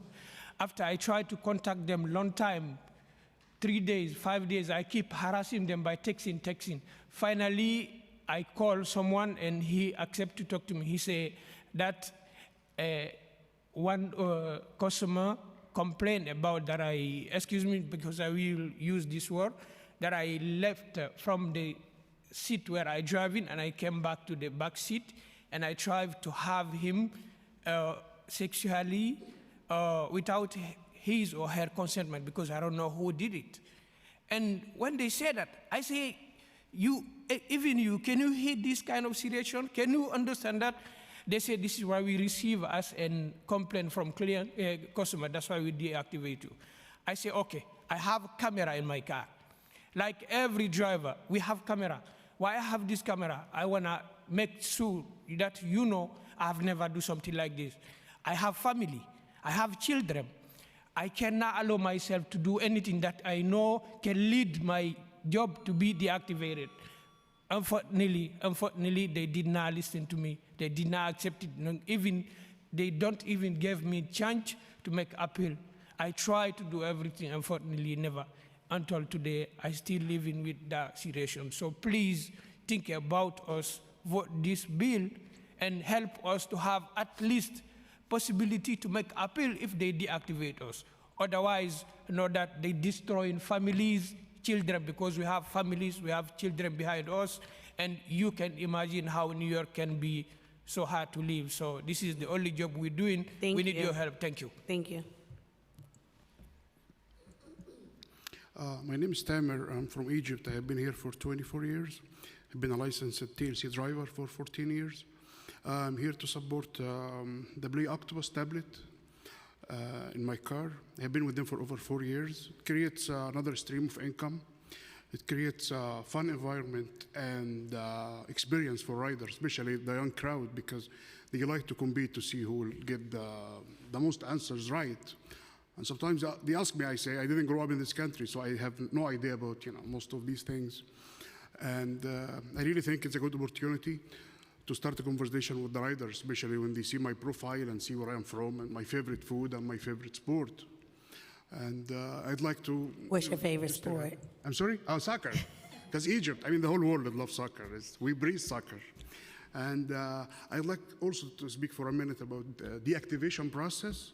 I was deactivated after 4 years with Uber, having 4.92 star rating, because based on a fake complaint by 3 young ladies, and I have the camera to prove it inside my car. I offered the video to Uber. They even refused to see it on my own tablet.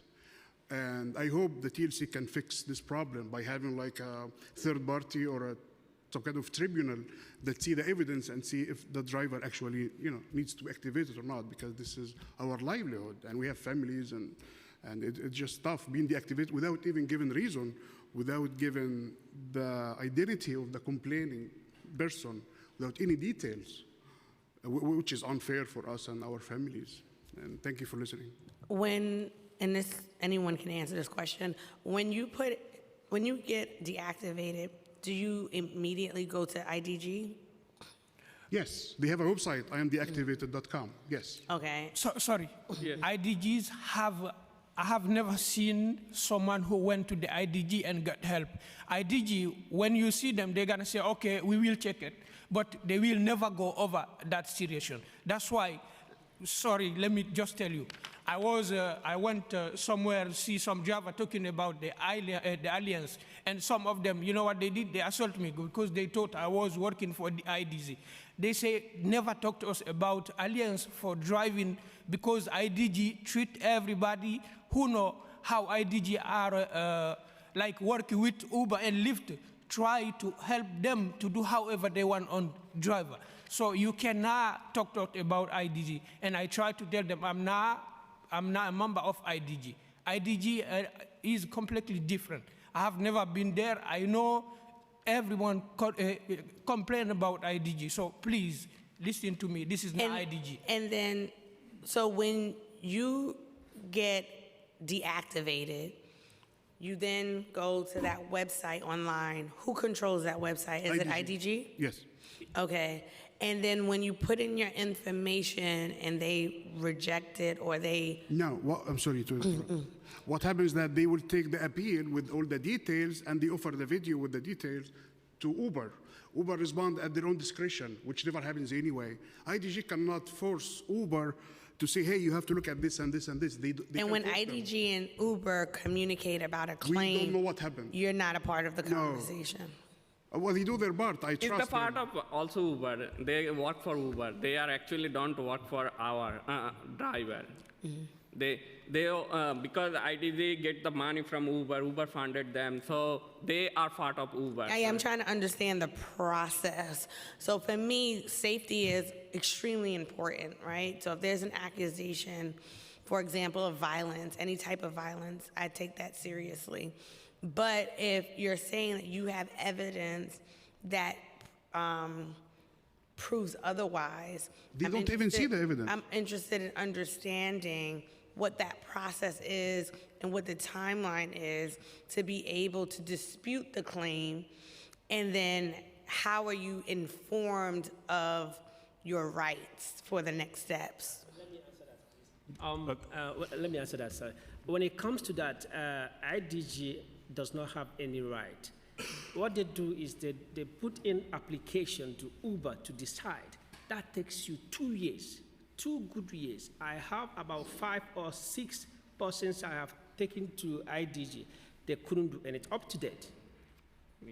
And the reason of the activation is not justified. You know, when you want to persecute somebody, you must be able to tell the fact against the person. You cannot tell me somebody said, he has said, it's not an excuse. There must be a justification proved beyond reasonable doubt that this person committed this crime. Then you can now issue your verdict. But what they do is they decide whatever you think about, they will just kick you out, lock you up. You have no access. And that's why we're also asking, let us be part of this hearing so that they can listen to us and say your opinion, and then let the passenger also say. Now, sometimes, let me tell you something, what happens. Some of the riders, because they ask you to drop somewhere which was not in the trip, and then you refuse to drop there, to stop the passenger at that spot, and then they will call the Uber and make a false accusation against you. Yep. That's a simple, it's a simple thing. Just to get a free trip. And once that is being done, then what Uber will now do is, it happened to me. Let me give an example. I just, a lady asked me to make a stop so that she could buy a cup of tea and then drop her to her working place. I said, Mom, I cannot do that. Please, what you can do is this.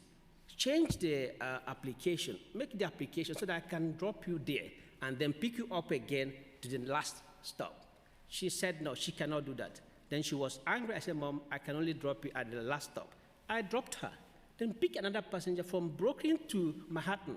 As I was dropping somebody in Manhattan, Uber called me. He said, were you sleeping? I said, how can I be sleeping? I just dropped somebody in Brooklyn. Now I'm on my way to Manhattan. The person I dropped at Manhattan gave me $10 tip because I was driving good. So if I was sleeping, how could somebody from about 10 miles away, and somebody I dropped for 2 miles complain I was sleeping? Just because of what? I couldn't drop her where she wanted me to drop her. So she made an excuse, and Uber knows I'm a diamond driver for 2 good years. So they knew I cannot lie against my rider. So they told me forget about that. They can't understand that. But what about those new drivers? If that would have been a new driver, they would kick him out, and that would be the end of his earning. Thank you, sir. That's not fair. Thank you. Thank you. I appreciate it. We're going to move to the next panel, but before we do, I'm going to have Councilmember Narcisse provide a short statement. Thank you, Chair, and good afternoon. Good morning still? I don't know, because I'm jumping from one committee to another one. The reason that I'm over there, I had to come over here as a daughter of a taxi driver for so many years. I live on my, that income. So it is imperative for me to come here to show the support. But that's what we do here. We try to strike a balance. We try to understand what's going on in the city of New York. It's challenging for all of us. And those bills, that's what we do. So I appreciate my chair. The question that I had in my mind to ask as well, it's just like, you feel like this is not a fair process, and we hearing you.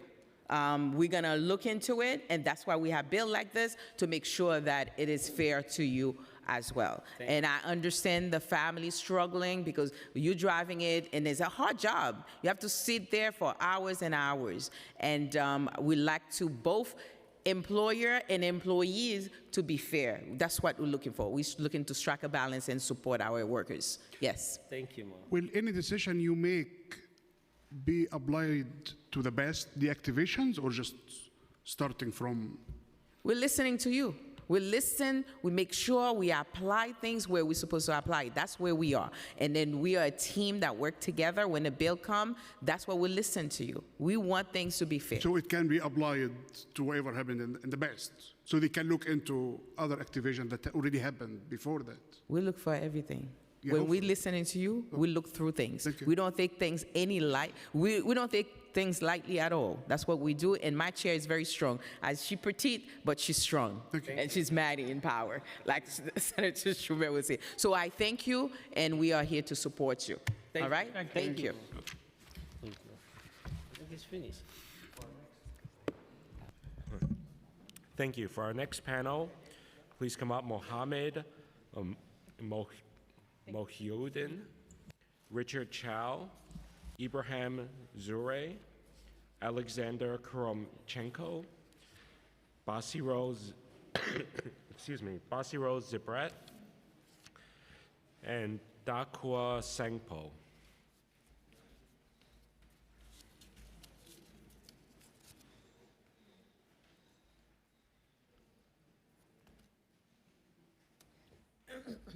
Just want to reiterate the 2-minute time limit, please. You may begin, please. Yeah. Hello. Hello, Madam Chair and all council member and Councilman Sheikha Kushner, and thank you for your listening to us. My name is Richard Chow. I'm driving for Yellow Cab. I'm an owner driver. I'm proud to be New York Taxi Worker Alliance member, and I'm very strongly support the Councilman Sheikha Kushner Bill 1079, and the bill is very important for us, for the taxi driver, because we have a lot of medallion loan and the new car payment, the commercial insurance, and the gas bill, maintenance. We have a family, and we have a household bill. We have the kids, and we have to raise the kid to the college. We have a working class, paycheck to paycheck, to working very hard in New York City. So we e-help is very, very give us the very low, less than 40%. We are very strong, very struggling that we cannot accept their e-help, the flat rate fare, because they don't ever pay at the JFK like a $5 surcharge. Then the rush hour, LaGuardia fare, $5, they don't never pay. They're supposed to be, LaGuardia fare is about $50, they pay us only $25. And the New York airport also supposed to be paid like about $70 plus the $20 surcharge. They never pay the surcharge. So we need to fix the concept. We have to support the Councilman Sheikha Kushner bill. Thank you for your listening to us, and thank you so much. Have a good one. Thank you. Thank you. You're welcome. Yeah. Good afternoon. My name is Ibrahim Zuri. I work for Uber and Lyft, and I'm a member of NYTWA. I'm here today to speak in my behalf and the behalf of other drivers who was victimized by Uber predatory deactivation process. And I was deactivated in 2019 just to realize that I have no job for a complaint that was made 6 months before. And I was working. One day I tried to go on my app and I couldn't do it. So then I went to Uber office to find out what's going on with, to argue with about my case. Uber say the office said that they couldn't do nothing for me. I should go to IDG. So I went to IDG to see what they could do for me. And the agent at IDG took all the information and tell me that they was gonna call me. They never called me. 2 weeks later, I went back to them to see what's going on with my case.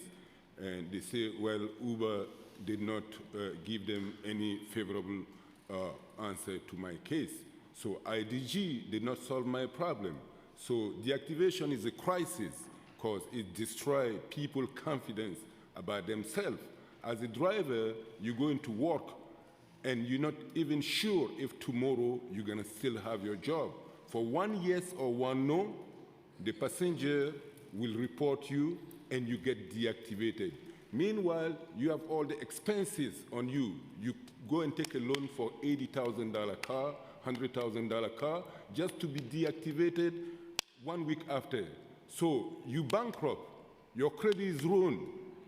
And I come to understand Uber is giving like a reward to the client for reporting the driver. So they will give a credit to the passenger for that ride, and they will give the passenger a couple more trips for free. So it becomes fashionable for passenger to get a free ride to just report anything on the driver. So it's so much to say. My daughter asking me, Daddy, why are you not going to work? I said, well, I could not lie to her. I said, I was deactivated. She said, what is deactivation? I said, a client reported me and Uber blocked my account. So she said, but you're a good man, Daddy. I said, well, I cannot go to work because of that. Thank you. My name is Mohammed Mohiddin. Turn the mic on, please. Press the button. Press the button. Hi, my name is Mohammed Mohiddin. Actually, I working for before is the Uber and Lyft. Is my account is the block is Uber and Lyft almost 4 years. But I going to 2, 3, 4 times the Uber office and Lyft office. She don't give me another reason. She say your account is the permanently is the close. But I need to job. I support to my family and I now is actually I'm so sorry I don't know too much English. That's why I need. Can I need to speak translation? Translator. I'm sorry, if you could stop touching the mic because it's impacting us being able to hear you. Okay. I need to translate. You need a translator? Yes. Sir? You can sit down here. Sit down here.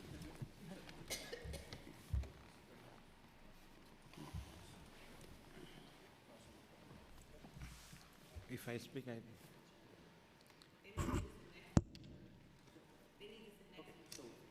Okay, you can sit down next to me.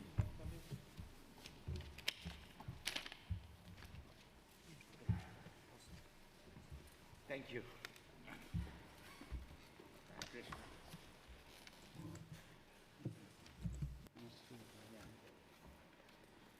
Keep on. Can we start? You can start.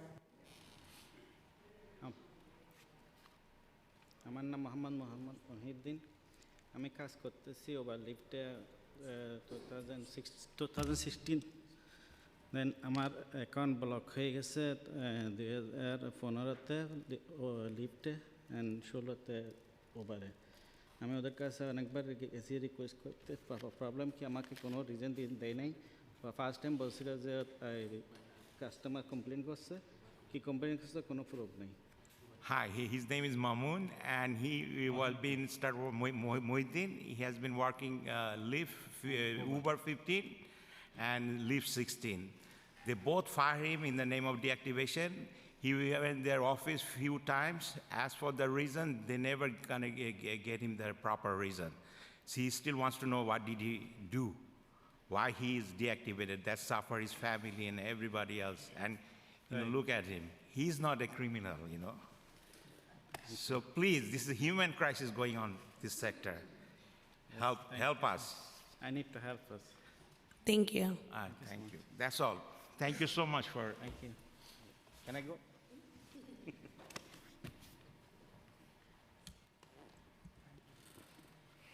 Hi, good morning. My name is Basiru Zebret. I'm a Uber and a Lyft driver.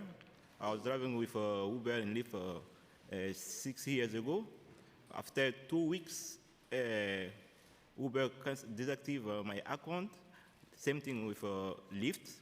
And I asked you the reason. He said I have the low rating. So I gotta go to take the 6 hours class and come back. After 6 hours class, I come back. She says no, but he removed me in the platform. I can drive again. So I have my car, I have my plates, have to pay my insurance, they pay my bill, I have a family, I have to keep care of my family. But after 6 years, I don't have account to work, but I don't know what I have to do. So I've been in the IDG said he gotta help me. He opened the case like 4 years ago, nothing. He can let me know nothing. He said you have to wait. Wait for how long? I don't know. So if you don't have if you can help me, let me know. I gotta do something maybe. But you keep my case for 4 years, but he asked me to wait. For what reason? So, and after I tried to change my email, and the Lyft said, no, it's a duplicate account, it can work. So I said, but what the reason? I don't do nothing. So he don't want to help me. So now, I don't know what, I have my car, I have my plate, I have to do everything. The TLC asks you to do to renew your license every 2 years. TLC asks you to do your registration every 2 years, and you have to pay the bills, everything, but you're not working. What do you have to do? So please, if you can help me to get something, please. Thank you.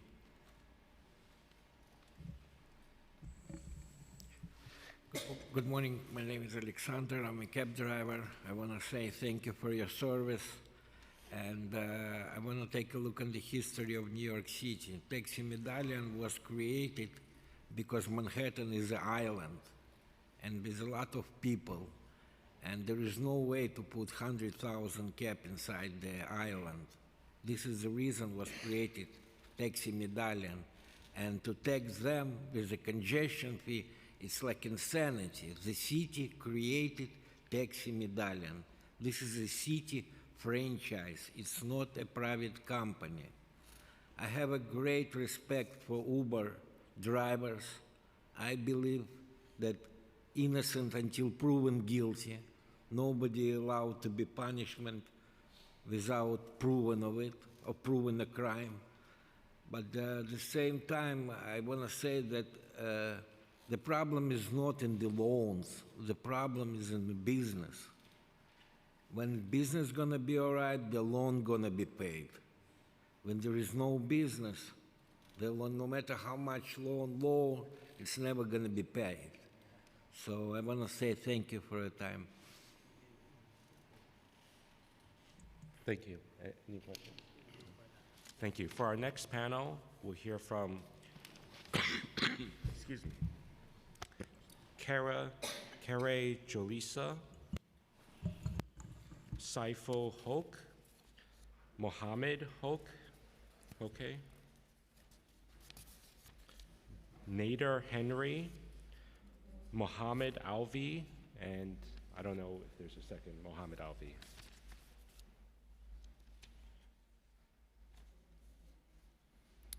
Just 3 more.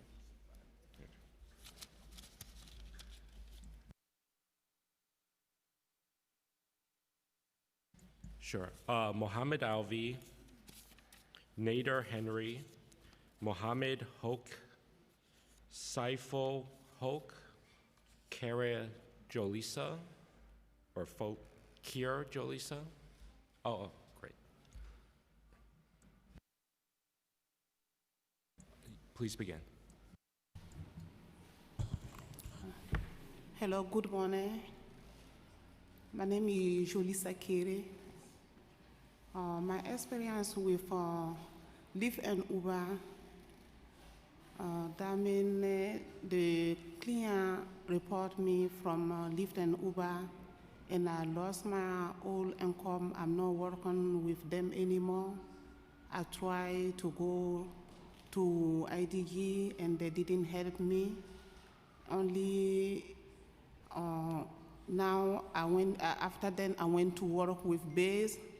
From there to I'm not getting nothing, and after that I'm not doing nothing. It make me now I cannot do nothing from where I am now. So I'm a single mom with 2 kids. I don't have anybody to help me. I hope this bill will help me go back to the road. So today I'm here to testify and ask you guys if you can do something for us. I really need this help, and thank you for everything. Right.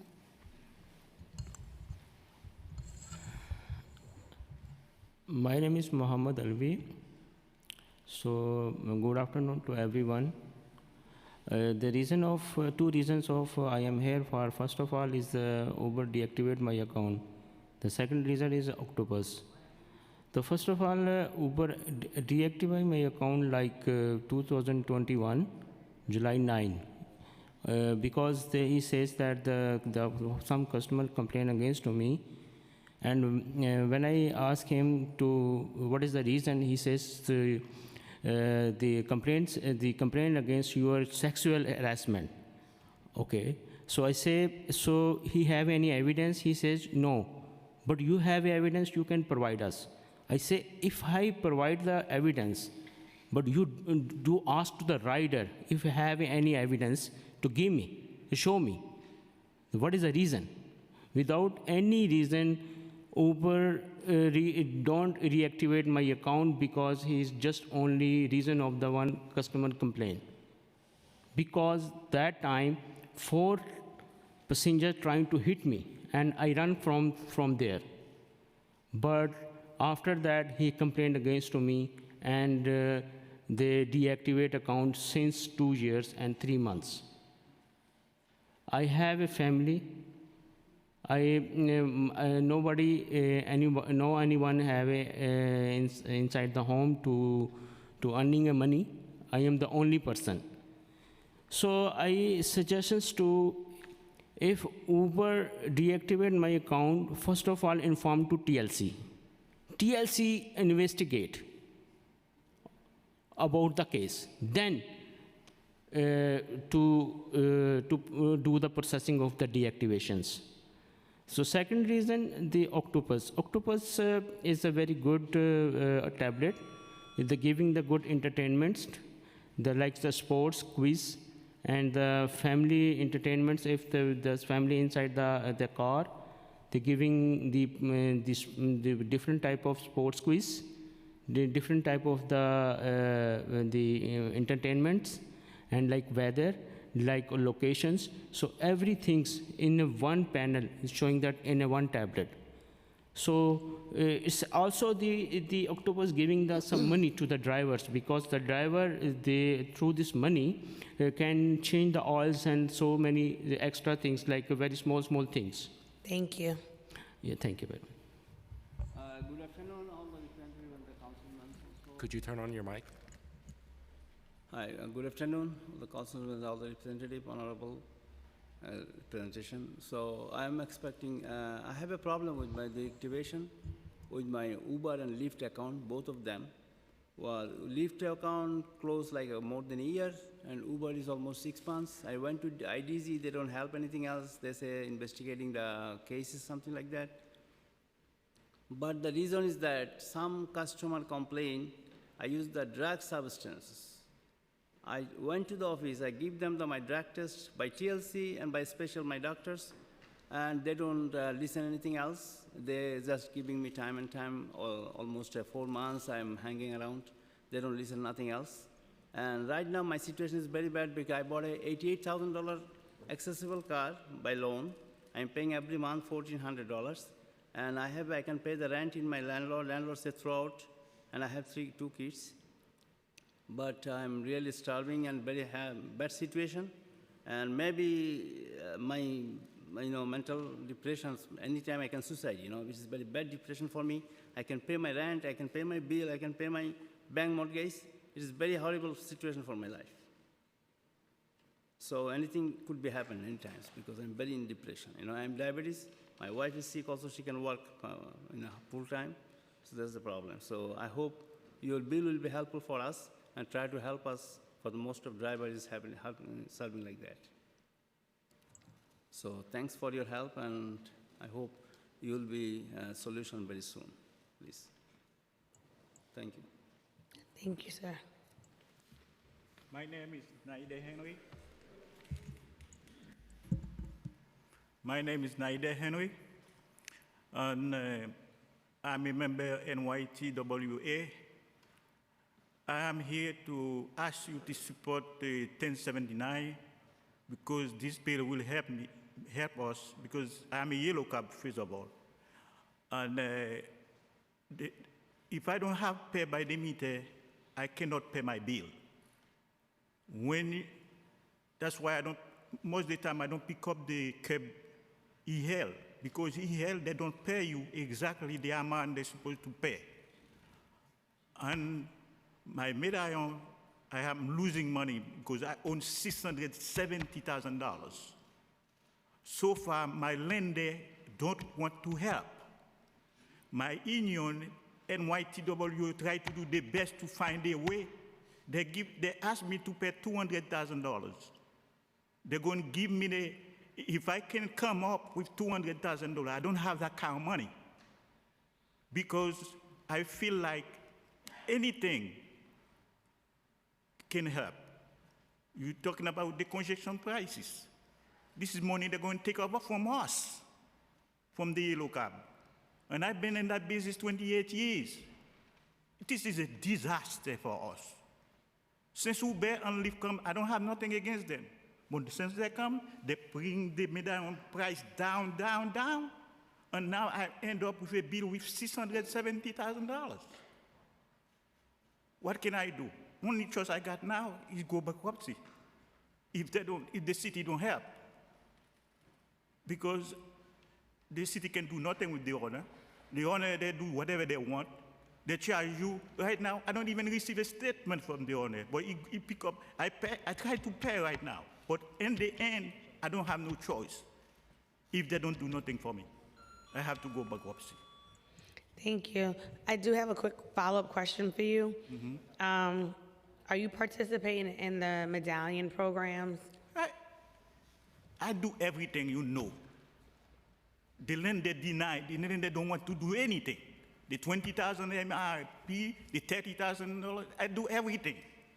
They don't do anything. The lender is so, I don't know what to tell you about that lender. He don't want to do anything. But the union is fighting. The union have a goal. It tried to see if it can find somebody to come over because they asked me to pay $200,000, but I don't have it. But if you can find somebody, he can take all those medallions from those owners because those lenders, they don't try to do anything to work with TLC to see if we can. They have 200,000 taxi medallions who got help. They have more than 570 who don't have no help. What can we do for those taxis who don't have no help? Thank you.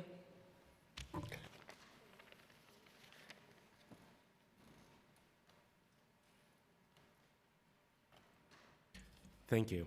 For our next panel, we'll hear from Kara Leibowitz, Yang Wen, Saif Aiza, Wan Chen, MD Golam Kibria, and MD Azizo Haq.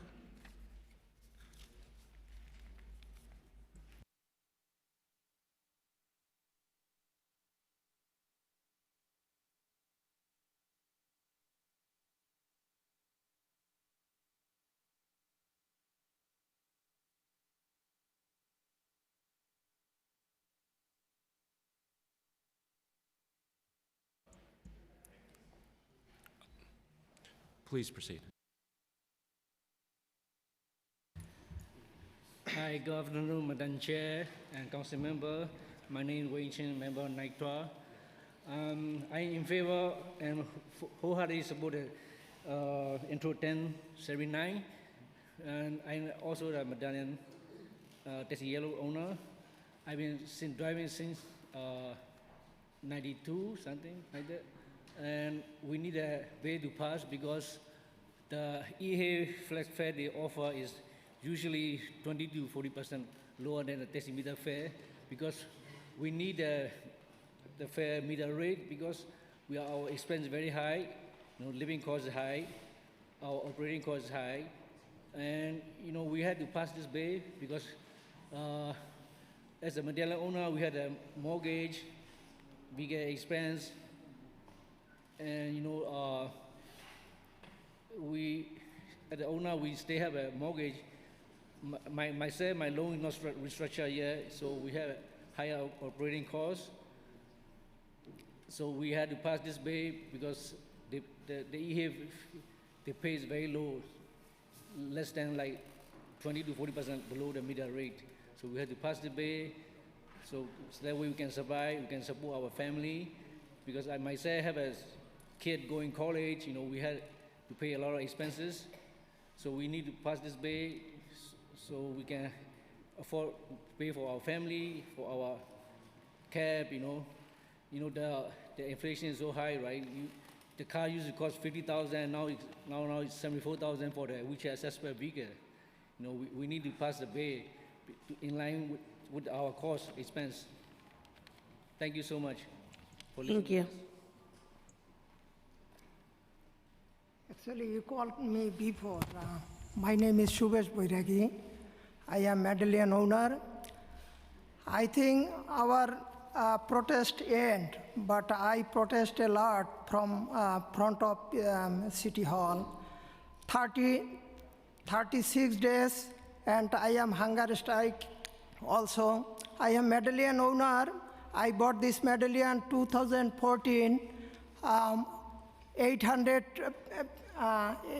851,000. So I cannot afford my medallion. One month before, I cannot pay my mortgage. Bank took my medallion. Right now, I cannot drive. My medallion is storage in TLC. But I cannot work. I have no money. Right now, I want to drive one of my friends. So last week, one day, I driving, suddenly call Uber, but one or two passenger I cannot accept. Suddenly, next I saw one of passenger I cannot take. My meter is stopped. What happened? I called the CMT. CMT told me, wait. Then they few minutes wait there. They told me you reboot your button, does not work. Half an hour wait, then they start. What kind of job I cannot, I don't know explain. So my medallion storage unfair. Why they took me my medallion, I don't know. So I 1 month before, almost 1 month, they cannot back my medallion. My mortgage is more than 700,000. So please help us. I want to work this city nicely. I am yellow cab driver. Please help us. Thank you. Thank you, Madam Chair. Good afternoon. My name is Muhammad Azizul Haq, and I'm a owner driver of FHB, and I'm a member of NYTWA.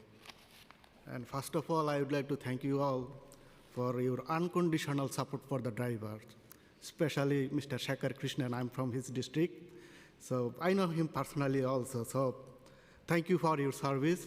You guys did the best for us during our strike, our movement, or every way. So I was here to testify about our bill intro 1078 about unfair deactivation. I got deactivated about 2019 by the Uber. So they had a process to go through. I tried to go through their process. I called their corporate office. Also, they have a setup arrangement like IDG organization who do those things. But I tried it. I applied by them, but I have no contact with them. They never called me. But since I joined this Taxi Worker Alliance, and I was on the movement for the drivers also. So they know me personally also. They saw my face. Right now, I don't see they have any intention to help me out. Sometimes even they bullied me. They insulted me. I believe that lots of other drivers are going through the same way. But the real reason that we need this bill, the real importance is that I support my family and myself also on this job. And Uber is the only app companies who has the more passenger registered on their app, and the passenger use their services. I'm working with other apps with no problems, but the reason they deactivated me is unknown. They say that I broke their community guideline. I tried to call them. I tried to get the specific reason. I was unable to get so, and I was not getting any help also from them, from their associate. So I really want to see this bill on the table, and we need an official hearing on this issue. Thank you so much. Thank you all.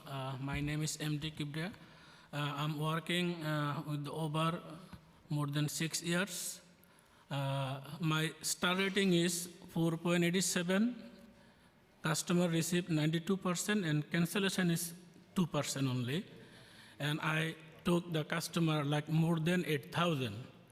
After 6 years, the Uber, they deactivated my account, and I have the proof here.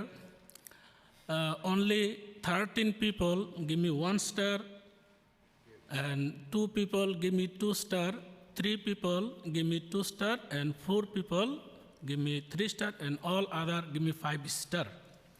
So my question, sometimes we work like midnight, and some place is, it's like Brooklyn, East Side, or Bronx, some places, all customers are not same, not same. So midnight when we work, so sometimes we try to help the rider, and sometimes we scared because our safety is first.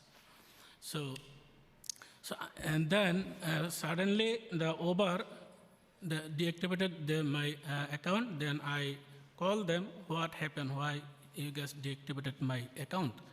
And they say, you have multiple complaint from the right. So I said, well, I don't know about the complaint. And who is rider give the complaint? I don't know. You need to provide to me the who complained about me, then I can explain about the complaint. Because we are working in the field. Uber team, they never work in the field, and they never know about the field. They just stay on the office, and whatever they're doing, the email, text, that's it. This does not work. So this is my opinion. This is really unfair. So please help us, let us work. Our city, our government, they spend more than $1 trillion for the people. They're helping us. But the Uber, they work against the city, against our government. So I believe this is really unfair. Please help us. Thank you. Thank you. Good afternoon. My name is Kara Leibowitz, Advocacy Coordinator for the Brooklyn Center for Independence of the Disabled. BCID is a disability-led independent living center with a mission of advocating for the independence of all people with disabilities. We are a longtime member of the Taxis for All campaign. We have 3 points to make today. First, the TLC has failed to keep its end of a landmark legal settlement the Taxis for All campaign made in 2013, which required 50% of yellow taxis to be wheelchair accessible by 2020. Since then, a decade has passed, and in spite of an extension we gave the TLC in 2021, the city has not reached the 50% mark. Instead, only 42% of yellow taxis in service are accessible and just 32% of the total fleet. The TLC informed us that it would not meet its new 2023 deadline. We urge the council to pass legislation requiring 100% of all yellow taxis and all for-hire vehicles to be accessible, not just 50%. The TLC should use the taxi improvement surcharge so that every new taxi on the road is accessible no later than 2027. Second, the council must push the TLC to require accessible electric vehicles instead of pushing forward with its flawed Green Rides proposal. The TLC's plan would require a transition to a fully electric fleet for hire vehicles by 2030, accepting a small handful of accessible vehicles. The TLC made the proposal without discussion with the disability community, and drivers don't appear to have been consulted either. In the attached letter, we and 11 other disability and transportation groups called on the TLC to take a different approach. It should use its influence to get vehicle manufacturers to design and produce a fully accessible electric vehicle, immediately move to reduce the current response time requirement so that when I call an accessible Uber, I get it in the same amount of time as anyone else. The council must ask the TLC about its training of drivers to secure people in their wheelchairs, how often it inspects securements, and how it's working with drivers to overcome language barriers. Thank you. Thank you. And for those who have testified today and will testify, we encourage you to also include your testimony in writing. Thank you. For our next panel, we'll hear from Thank you for the service. Walter Hurdle, Ali Langley, Haitham Urkibat, Zundi Noel Sinaplis, Tol Prasad Sunar, Gobind Sunar.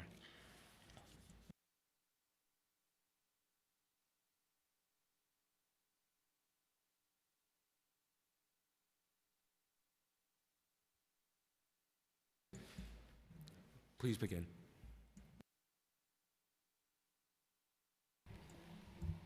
Good afternoon, everyone.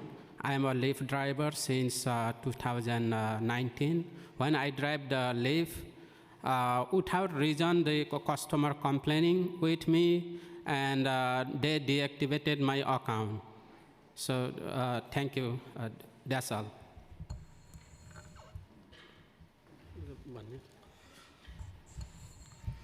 Good afternoon. My name is Gobind Sunar. My Uber account deactivated, so please help me and open my account. Thank you.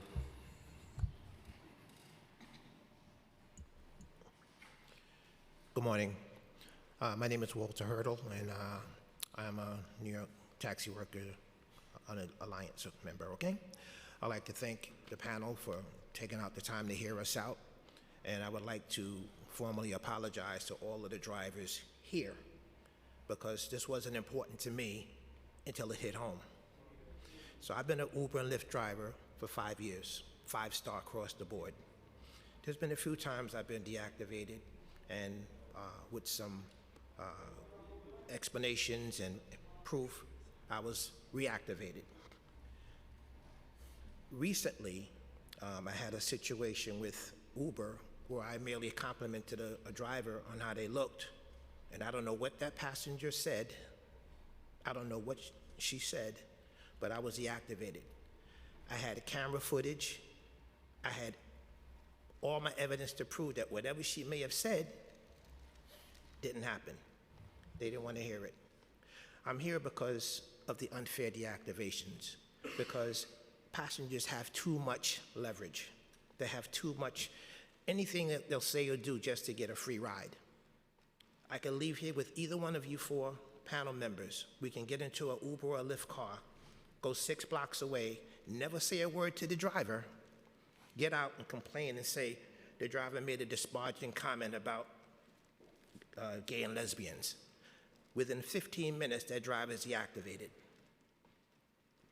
Just like that. So my thing is, there needs to be an independent review panel board, that can hear out the passenger's side and the driver's side, before they make a determination and deactivate the driver. I got deactivated for a flat tire. A flat tire. I'm like, I can't drive the car with 3 wheels. I have to put a tire back on the car. Why would you have to deactivate me? Well, we have to deactivate you until we can get a picture of all 4 wheels to show that you have 4 wheels on the car. So like I said, there's too much leverage, for the passengers to complain, and there's not enough ammunition for the drivers to defend themselves. Even with a camera in the car. I have a camera in the car. Doesn't make a difference. So, Thank you. Yeah. Good afternoon. My name is Allie Langley. I'm a staff attorney at the New York Taxi Workers Alliance. First, I would like to echo the call of many drivers that we need a hearing about Intro 1078 as soon as possible. You've heard directly from the folks most impacted by this crisis. It's urgent, it's widespread, and drivers need protections as soon as possible. Second, I would also like to speak in support of Intro 1079. Drivers have already spoken about the need for getting paid metered rates for e-hail trips. So I would like to focus on the TLC's position on the matter. First, when FlexFare was authorized initially as a pilot program, the TLC was supposed to do regular reports because they knew that this could have a significant impact both on the industry as a whole and driver income. In fact, in their first report, they found that flex fares were up to 20% less than the metered rate, and they ended the report by recommending the passage of driver pay standards. The TLC subsequently failed to issue any of the other reports or finalize rules that protected drivers or officially codified the flex fare program. After Councilmember Krishna introduced this bill, the TLC, at the last minute, issued a report saying that flex fare did not negatively impact driver income. However, there are significant flaws with this report. This committee asked the TLC about them today, and the TLC simply had no response. So just to reiterate what those flaws are. First, per the report, the large majority of trips that are dispatched on e-hails are paid under the meter rate. That's at page 3, table 1. Instead of analyzing this or providing any discussion about how it would impact drivers for most of these trips to be underpaid, the TLC obscured it by relying on averages. And it's worth noting that these averages seem to be inflated because there is one single provider who provides only a small fraction of the trips, whose average revenue is significantly higher than the other providers, about $2 higher. Just quickly, in addition, the report doesn't include trips dispatched from Uber. It only looks at the per distance and not per time revenue, as raised earlier by this committee, and it also looks at data from both before and after the fare raise. These are significant flaws that the TLC has to address, and their conclusion that flex fare does not impact driver income simply cannot be relied upon. Thank you. Thank you. Good afternoon. My name is Noel Zundi. I've been working with Uber 6 years. I've made like 19,000 trips. So I was deactivated by Uber last year. So I wake up in the morning, they put my account on hold. So I called Uber support. They told me I got a suspension in my DNV license. So 3 days later, they sent me an email again saying I have a customer report me 1 year ago. So I went to EDG. They told me they don't understand why Uber can bring his customer complaint from 1 year ago. So to now, I've been deactivated. So if TLC can do something for driver to help us, that's why I was here. All right, thank you. Thank you. For our next panel, we'll hear from Michael Pollard, Joseph Bamba, Yeldar Mukhtaruli, Ivan E. Arancino, Edwin Garcia, and Mudar Siru Camille.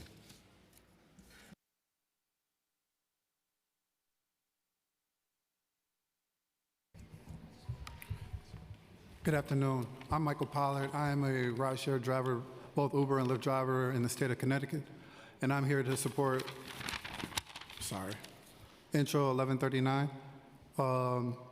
I've been driving for Uber and Lyft since March of 2021, and I've been, I've discovered Play Octopus as of last year this time, and it has significantly boosted my productivity and morale while ride sharing. And yes, I wanted to support the Intro 1139. Also, I also support the bill that's for the deactivation process. Thank you. Thank you. Good morning. My name is Modesiro Kamil. I'm here to make a complaint about my account for deactivation. I have been working since 2015, since 2015. Earlier 2019, I got deactivated 2020 after I got a new car from the Toyota company. Toyota Highlander 2020, and I got deactivated. So I made a complaint to IDG. They said they will look into it. For a long time, I didn't hear from them. The problem, I text them, I asked them why did that get deactivated. They said there's a fraud going on in my account. I said, well, it's me driving. So after that, because I'm on the trip to Africa. So after I came back, I went straight to the office to seek help from them. I showed them why, and I traveled. That's the reason why I didn't come so early. And they said, no, they deactivated me permanently. So in a few years later, somewhere in June, Lyft 2 deactivated me. So since then, almost 3 years now, I've been there without working. I've been struggling for car and then insurance. So many things on me now. Thank you. Thank you. Thank you so much. Good evening, Council. My name is Edwin Garcia, and I've been driving TLC driver from 10 years ago. So I'm here to support Intro 1139 from the Council of Ferries. And I discovered Play Octopus a few years ago, 3 years ago, and I recommend that tablet for different drivers. And this Play Octopus is the best tablet entertainment for my passenger. Every passenger love it, and it's one of the best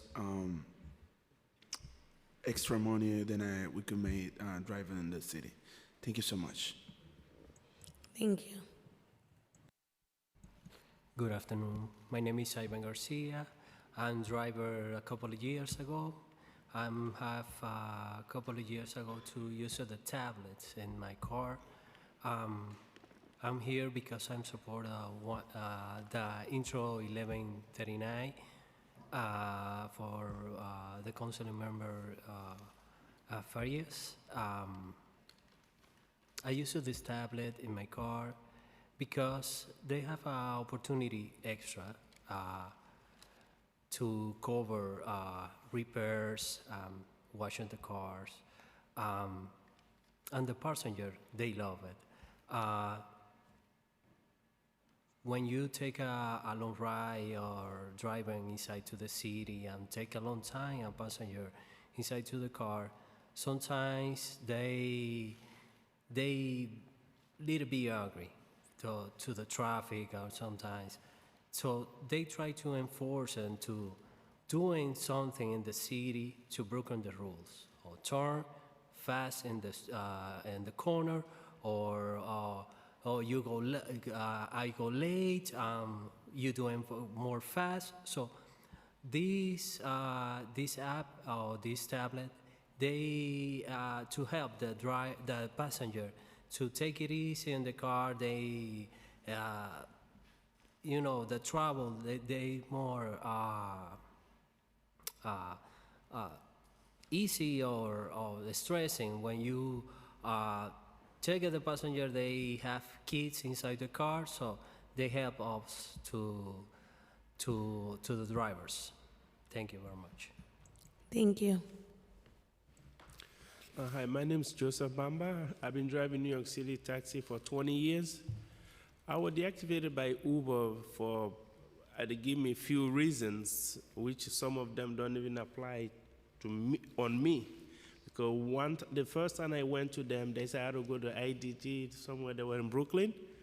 I tell them, they put down some note and they said they're gonna do something about it. Unfortunately, they didn't, I didn't get any feedback. I went back, nothing.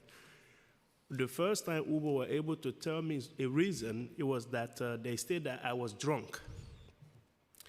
I tell Uber, unfortunately, that does not apply to me. I don't drink, I never drink in my life due to my cultural and religious belief. It's not my thing. I have never done it. There's no way I can be drunk. But if there's anything else you probably have, can I know? That's, oh, we don't know anything. Maybe you need to go back to IDG. I said, I've been there before, but I will keep calling them after some months and stuff. And another time, they tell me that I would deactivate it really because a passenger complained that I refused to pick up a service dog.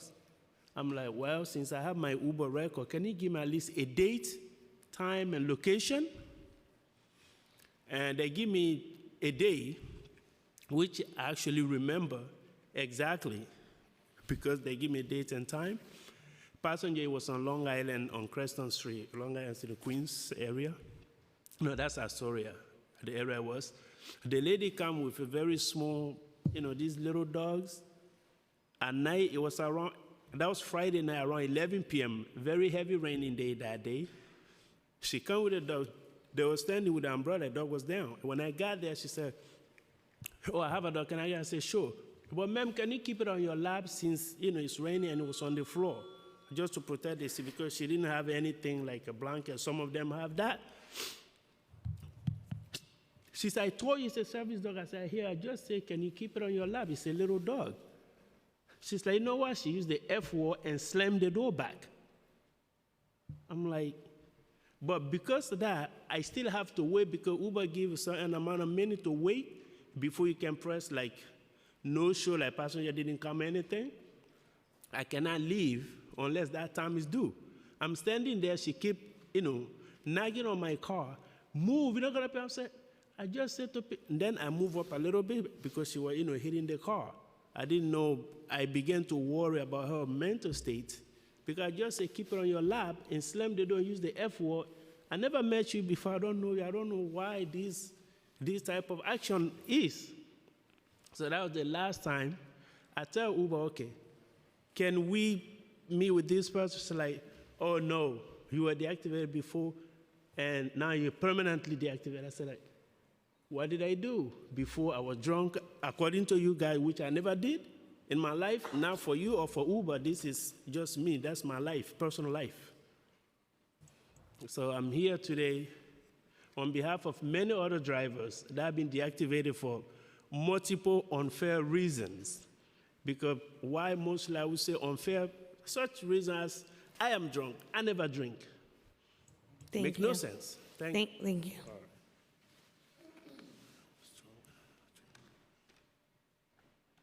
Thank you. For our next panel, we'll hear from Bazi M. Karif, Malang Gossamer, Maruna Cherno, Raj B.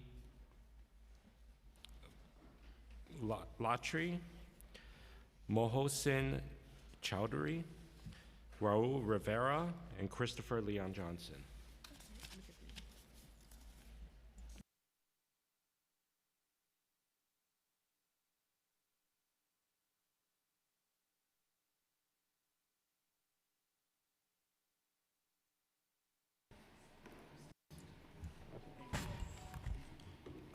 Good afternoon for everybody in this hall.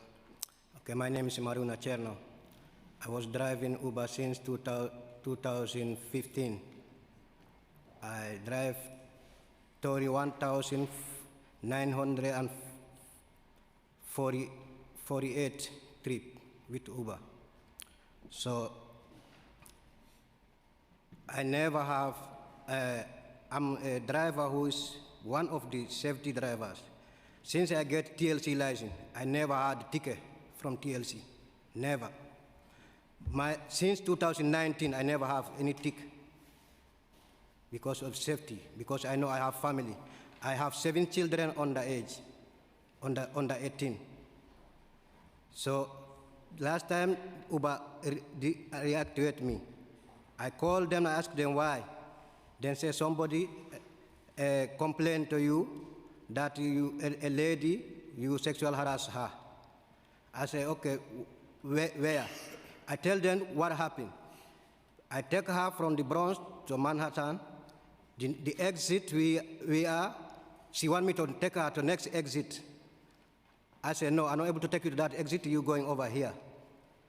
So that's the only reason when I exit 161 Street and Macunsden Bridge, I drop her in 8th Avenue. She's been asking me to drop her 149, and 149 is not even have exit on Digging South. Only we have exit on 138. I said, I'm not able to take you over there because your destination is here. Because somebody calling the Uber for her, she's not able to change the destination. When I drop her to the address, she asks on the app, that's why she's complaining to me. So then reactivate me. Also, Lyft now is activating me because of Uber deactivating me. I call them, I do everything I can't. So this is what the problem I have. Like my rent is more than $2,000 because I have large family. I have like 3 girls and 4 boys. They're not going to be a decent room, everyone in the room. I have 3 bedrooms. I pay my bills. So now I'm not working. It's very tempting when your kid, like 4-year kid, asks you, Dad, why you not go to work? I say, I'm gonna work, don't worry. That's very shameful to your children. They ask you why you not go to work while you are not doing nothing. Thank you. You are nothing doing illegal. And one thing I wanted to make sure, Uber, if anything related to the crime, let them take it to the court of law. The country have court of law. Why do not take the case over there? Because if it's there, everybody have right. Everybody can talk. But in the Uber case, nobody have right, only what they want them to do. Me, people were meeting in my car because I'm driver, professional driver, I don't care about it. Because I know it's part of my job. Sometimes you have something what you don't need in your job. But when you call Uber for even complaint, they're going to harass you more than the passengers did harass you. That's not good. Thank you, sir. That is not good. Thank you, sir. All right, thank you. Good afternoon, Madam Chairman. Good afternoon, council members. My name is Malanga Sama. I've been driving with Uber for 9 years. I drove for Uber for 9 years, over 24,000 trips with a diamond status. And I am a member of the NYTWA. On April 28, I was verbally assaulted by a customer, a Uber rider, who called me a stupid African, a stupid black driver, and then physically assaulted by pepper spray by the same customer. And then right away I complained to Uber. I reported to Uber with camera footages of what happened.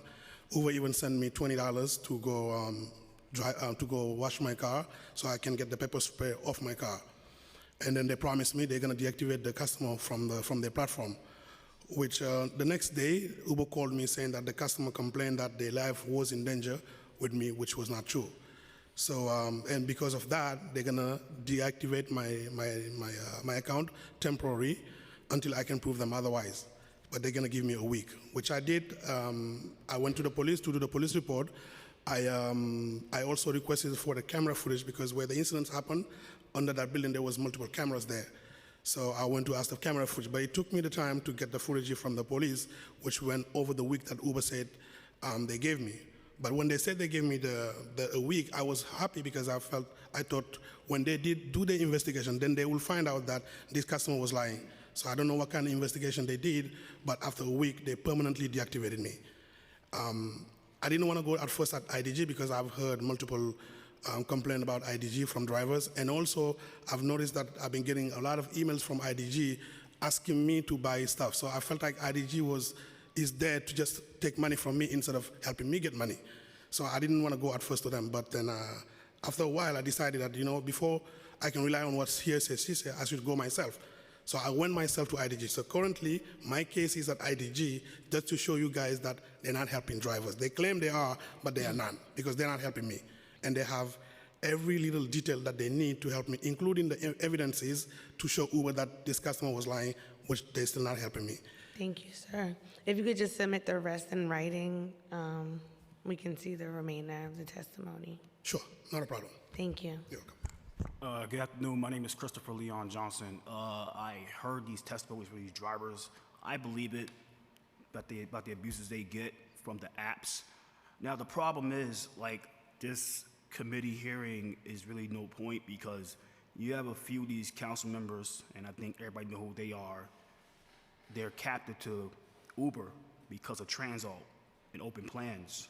So to really expect certain these council members to fight and try to really advocate for the taxi workers, even the members of TWA and the IDG, because like I said, it's mainly the leadership that's really the issue with a lot of these organizations. It's gonna be impossible. And the thing you gotta do is, we gotta get Transalt out the way. We gotta get open plans out the way. This conversation is not gonna go forward with Transalt and the open plans in the way because open plans and Transalt owns the city council.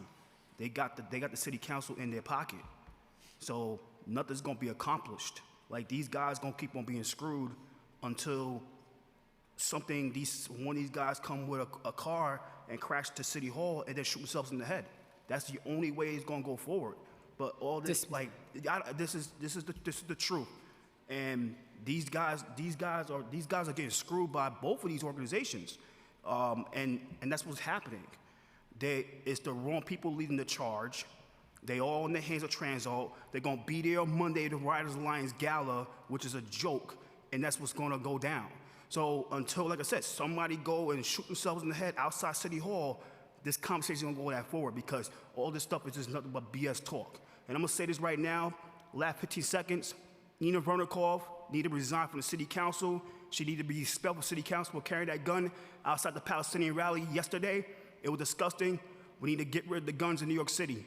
Have a council member doing that crap yesterday was disgusting, and all the council members should be calling for resignation for Nina Vernikov. Thank you. Good afternoon. My name is Raul Rivera. I'm a TLC driver and a TLC driver advocate. I'm the founder of NYC Drivers Unite, the only group in New York City seeking the reform of the Taxi Limousine Commission. We also go to court soon against Taxi Limousine Commission. We want to say that we support Intro 1078. We also support 1139, but we don't support Octopus. There's so many things that I want to say. I wanted to touch on Cobalt. I'm going to pass on that. We also reserve our thoughts and our judgment on 1192. We want to know more about it. Deactivations are high, and we know why. But I want to touch on this. I want to touch on scooters throughout the city, motorcycles. This puts the driver in danger. If you get hit by one of these things, you're going to have serious problems when it comes to the insurance companies. We are for legal migration. 90% of drivers are immigrants. We support immigrants. We support legal migration. We want these bikes off the road. We want all the council members to sign on to Intro 758. It's very important that we get that bill passed to protect the drivers in the city and New Yorkers. This is a safety for all New Yorkers. I'll leave it there. I'll leave it there. If you have any questions on deactivations, I can touch on that. No, thank you. Thank you very much.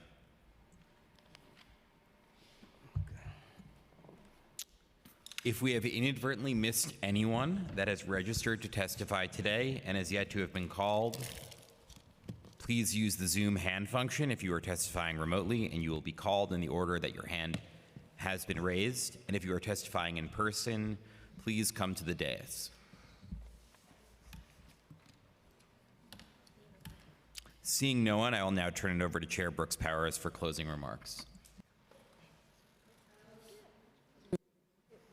So as we close out our very final hearing, Sam, we just want to once again say thank you for your service to the city of New York.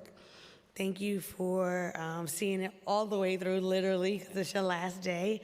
And we wanted to make sure that this hearing you were able to take part in because you worked so hard on this issue with us, getting to this day where there's a number of great bills that we were able to hear today and other bills that we will consider coming forward. We have a cake for you downstairs, and we have this as well.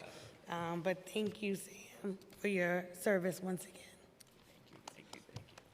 With that, we will consider this hearing closed.